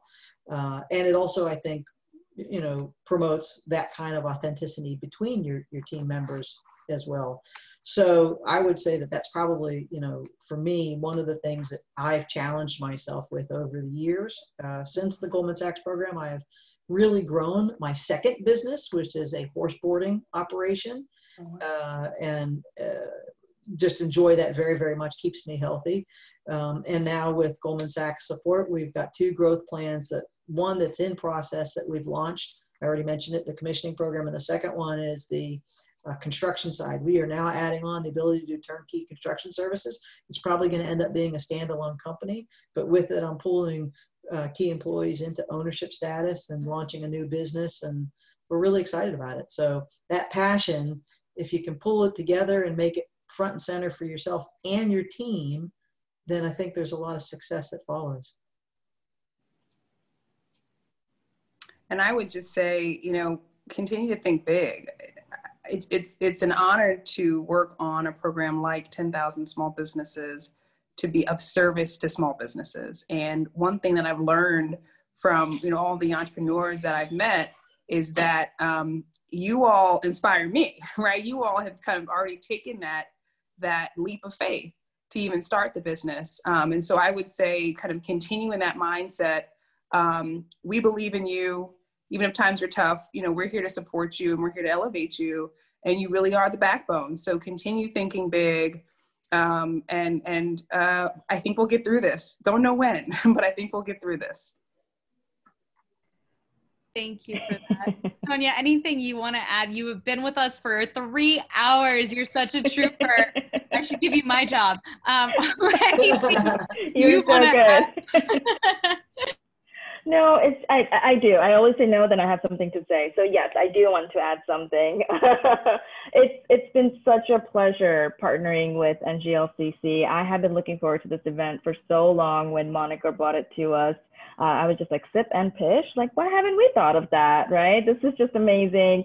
The businesses that you have in your network are so amazing. They're so dedicated to their community, to growing, to taking care of each other. And it just makes sense for us to be partnering together. So thank you all. There were so many of you who also have been here with me for 3 years straight. I really appreciate that.